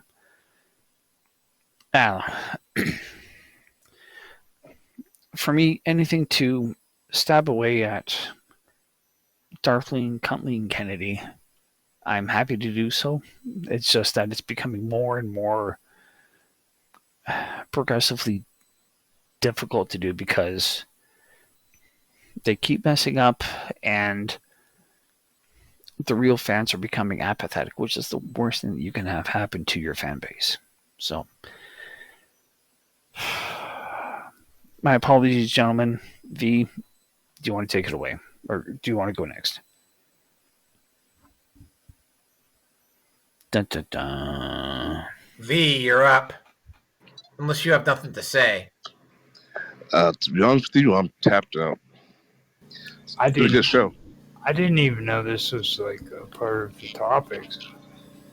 Oh, it was added in last second. Sorry. We just didn't make it official, and my apologies for that, Roger. Oh, don't apologize about it. I mean, the only thing I have to say about this is like when it comes to Star Trek, you got to remember something, man. You remember when Star Wars. Star Wars. Sorry, I apologize. That was horrible. I should never have done that. It'll never happen again. Okay, but Bullshit. I was going to say, you hit yourself. Hit yourself right now. I will. It's Star Wars! Star Wars! Well, you never mix Star Wars and Star Trek ever. That's like drinking freaking whiskey and freaking Diet Coke. It just doesn't happen, So, like, my whole point of it is we're all old enough to remember when Part 4, 5, and 6 came out, okay? And I remember, them beefing up what was going to be next, and they were talking all great about these new movies that were going to come out and they're going to hold off on them so that special effects could catch up with what they wanted it to be. And it was cool hearing that. And I remember, man, these movies are going to be so great. And then when the Part 1s, 2, and 3 came out, I was like, dude, this isn't even half as great as what I wanted it to be. You know what I mean? Even though they made big money, don't get me wrong, they really weren't like what our generation expected it to be. It was supposed to be like way, way better. Snoke. I mean, be honest with yourself. You remember when you was a teenager? Snoke. Christian Haydenson. Could they have cast anybody else? Anybody? Yeah. Oh, come on, man. Come on. Seriously. Like, okay, you want one of the best drinking games possible? Take a shot every time Luke in episode 4 whines. Oh, come on, dude. He's woke. He was woke before woke. No. Okay. No. I'm not talking about Mark Hamill's emotional mental state, which is unstable. I'm talking about like Oh, I wanted to go to Taj's power station, get some power converters. That's like 3 fucking shots right there. Boom, boom, boom. Every time Luke whines, you take a shot. Well, I mean, you know, You're gonna go through a 20 period, not necessarily pretty quickly, but by the how time would how would you feel if you accidentally kissed your sister?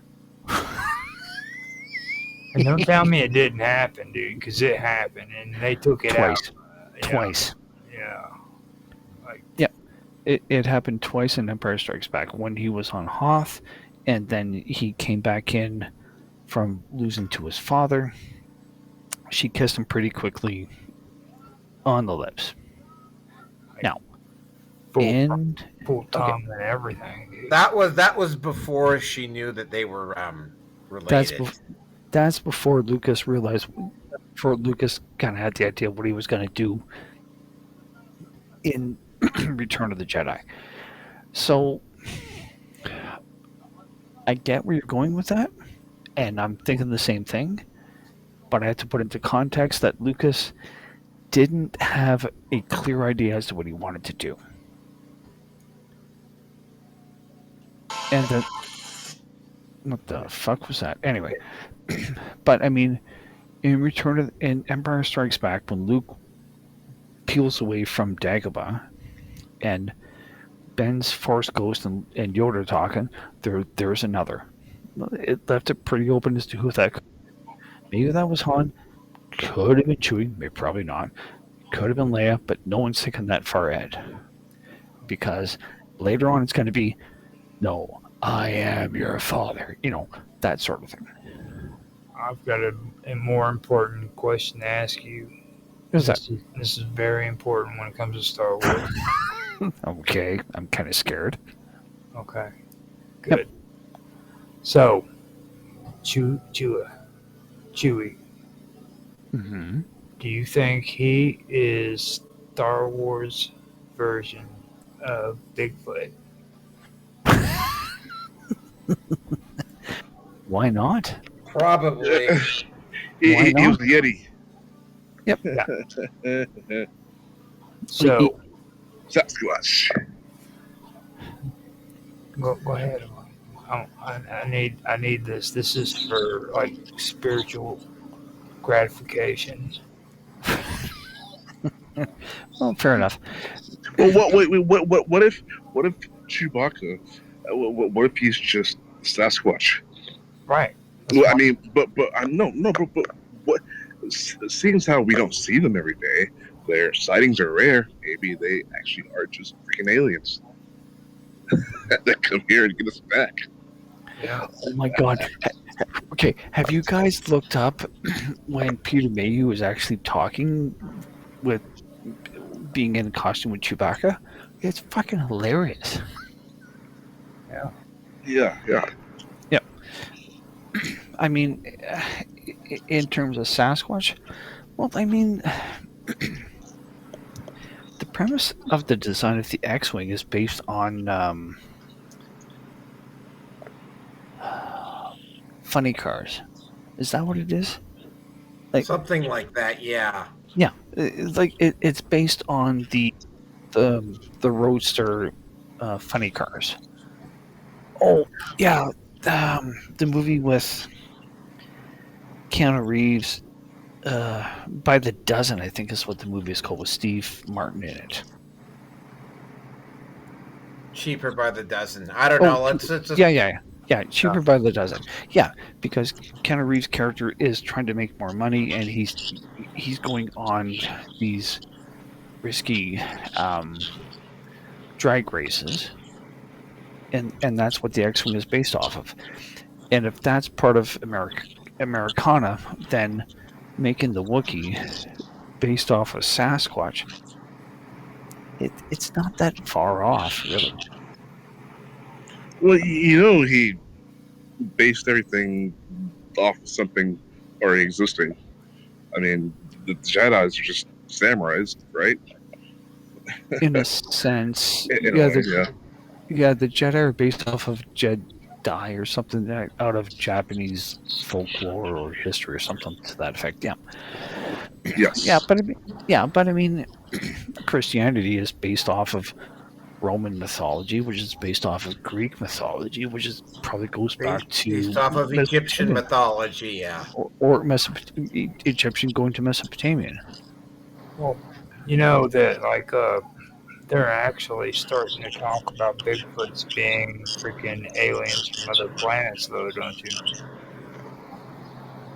Why not? I mean, all theories are there. Why not add that one? Yep. All things Yep. being equal, yeah, and anything's possible at this point. So, anyway, I got nothing more to say. Just, Anyway, does anything more to say, yeah, Roger, before I sum it up? I want to clear something up just so that I can make it actually factual about the things I said. The one thing I want people to understand, and this is very important to clear up, is there are actually whores in China. You don't say. Yeah, I want to make that clear so people understand. Okay. Wow. Okay. You mean there weren't whores in China before? They didn't have fucking gold diggers in China before? What the fuck, Roger? I'm just talking about whores. I ain't talking about like I'm talking about like whores. The streetwalkers, sex Right. workers. Street whores. Yeah. Okay, Yeah. well, all right. Okay, well, thank you very much for sharing that. I'm just gonna take this out. Yeah, I did go see I saw episode 3 yesterday. I'm sitting there in the movie theater and I'm like looking at this and going, God damn, it's so much better than 6, 7, 8, and 9, especially number 8.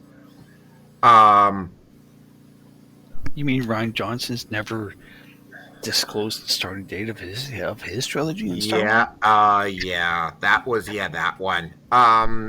It's like, and here's the thing: 1, 2, and 3 are a step down from 4, 5, and 6. Man, it's not a big step down, but it is a step down, and they're still majorly ahead of the other Star Wars thing. It's like, and Disney just will not let Kathleen Kennedy go. Force is female. It's like they're going to absolutely destroy the. Well, I mean, it's not. Disney is going to have to. If Disney, because Disney lost at least $300 million on that Snow White movie. The what movie? The Snow White movie, the one with Rachel Zegler. What movie? The what movie? The what exactly. movie? Yeah, exactly. They lost a shit ton of money on that one, and of course that new Marvel superhero movie didn't do. I can't even remember what the name of it was, even though I saw it. That also didn't do particularly well. No, not the Eternals. No, I haven't. That was horrible. No. Captain America. Yeah, I did see that. That recent Captain America movie. Oh my god, it was okay. The only problem is that it was okay. The only problem is that it's like one of the big things you notice with the decent movies now is that you can see the woke. Like, for instance, I also went to see Minecraft this week as well. Right, Minecraft is actually funny, probably because they let Jack Black, who by the way is also a woke fucking idiot, but he's actually pretty funny in this movie. They let Jack Black be Jack Black. They also let the guy, I can't remember his name, the guy who plays Aquaman. Jason Momoa. Yeah, Jason Momoa. Jason Momoa's got a bit of a goofy streak to him, and they let Jason Momoa be the goof, right? Yeah. And they picked the perfect they cast it perfectly. But even so, right, they had to have the black woman in there. They had to have the skinny female. They also had to have the female chick that was stunning and brave and heroic. They had to have all of that woke content in there, and you saw it. And it's like some of it looked like it was forced. Now, Minecraft is still a pretty good movie. It's funny as hell, right? Well, it's not super funny, like it's not Porky's funny, but it's got some moments where I actually laughed out loud, right? But I mean, even the good movies, you're like, you once you see it, you can't unsee it. You know what I'm saying? So I mean, like, yeah. So when you're looking at these, even at 1, 2, and 3, and you're looking at the movies, and you're like noticing that they're not forcing stuff. Like Natalie Portman character Amidala in that movie, in that trilogy, she has a good character arc. She's got a believable character Good arc. actress too, though. Like Yeah, she also played in what was that one Hitman? Black Swan. Yeah, Remember Hitman when she was younger? yeah. She was a decent. Yeah, she was good in that. Yeah, no, she's good. She's a decent actor, but I mean, her character was written out not to be a Mary Sue. Like it was believable when she picked up a gun, right? Then she knew how to use it. Like it was actually believable because they wrote that in. They developed her character as it was going along, and it was a fun movie to watch. It was a bit of a retro. Like I mean, yeah, it was like the movie, like the Star Wars, like the Episode 3. You know, that movie theater was almost sold out when I went into it, right? And it was a late showing. So I mean, if I had gone in earlier, it probably would have been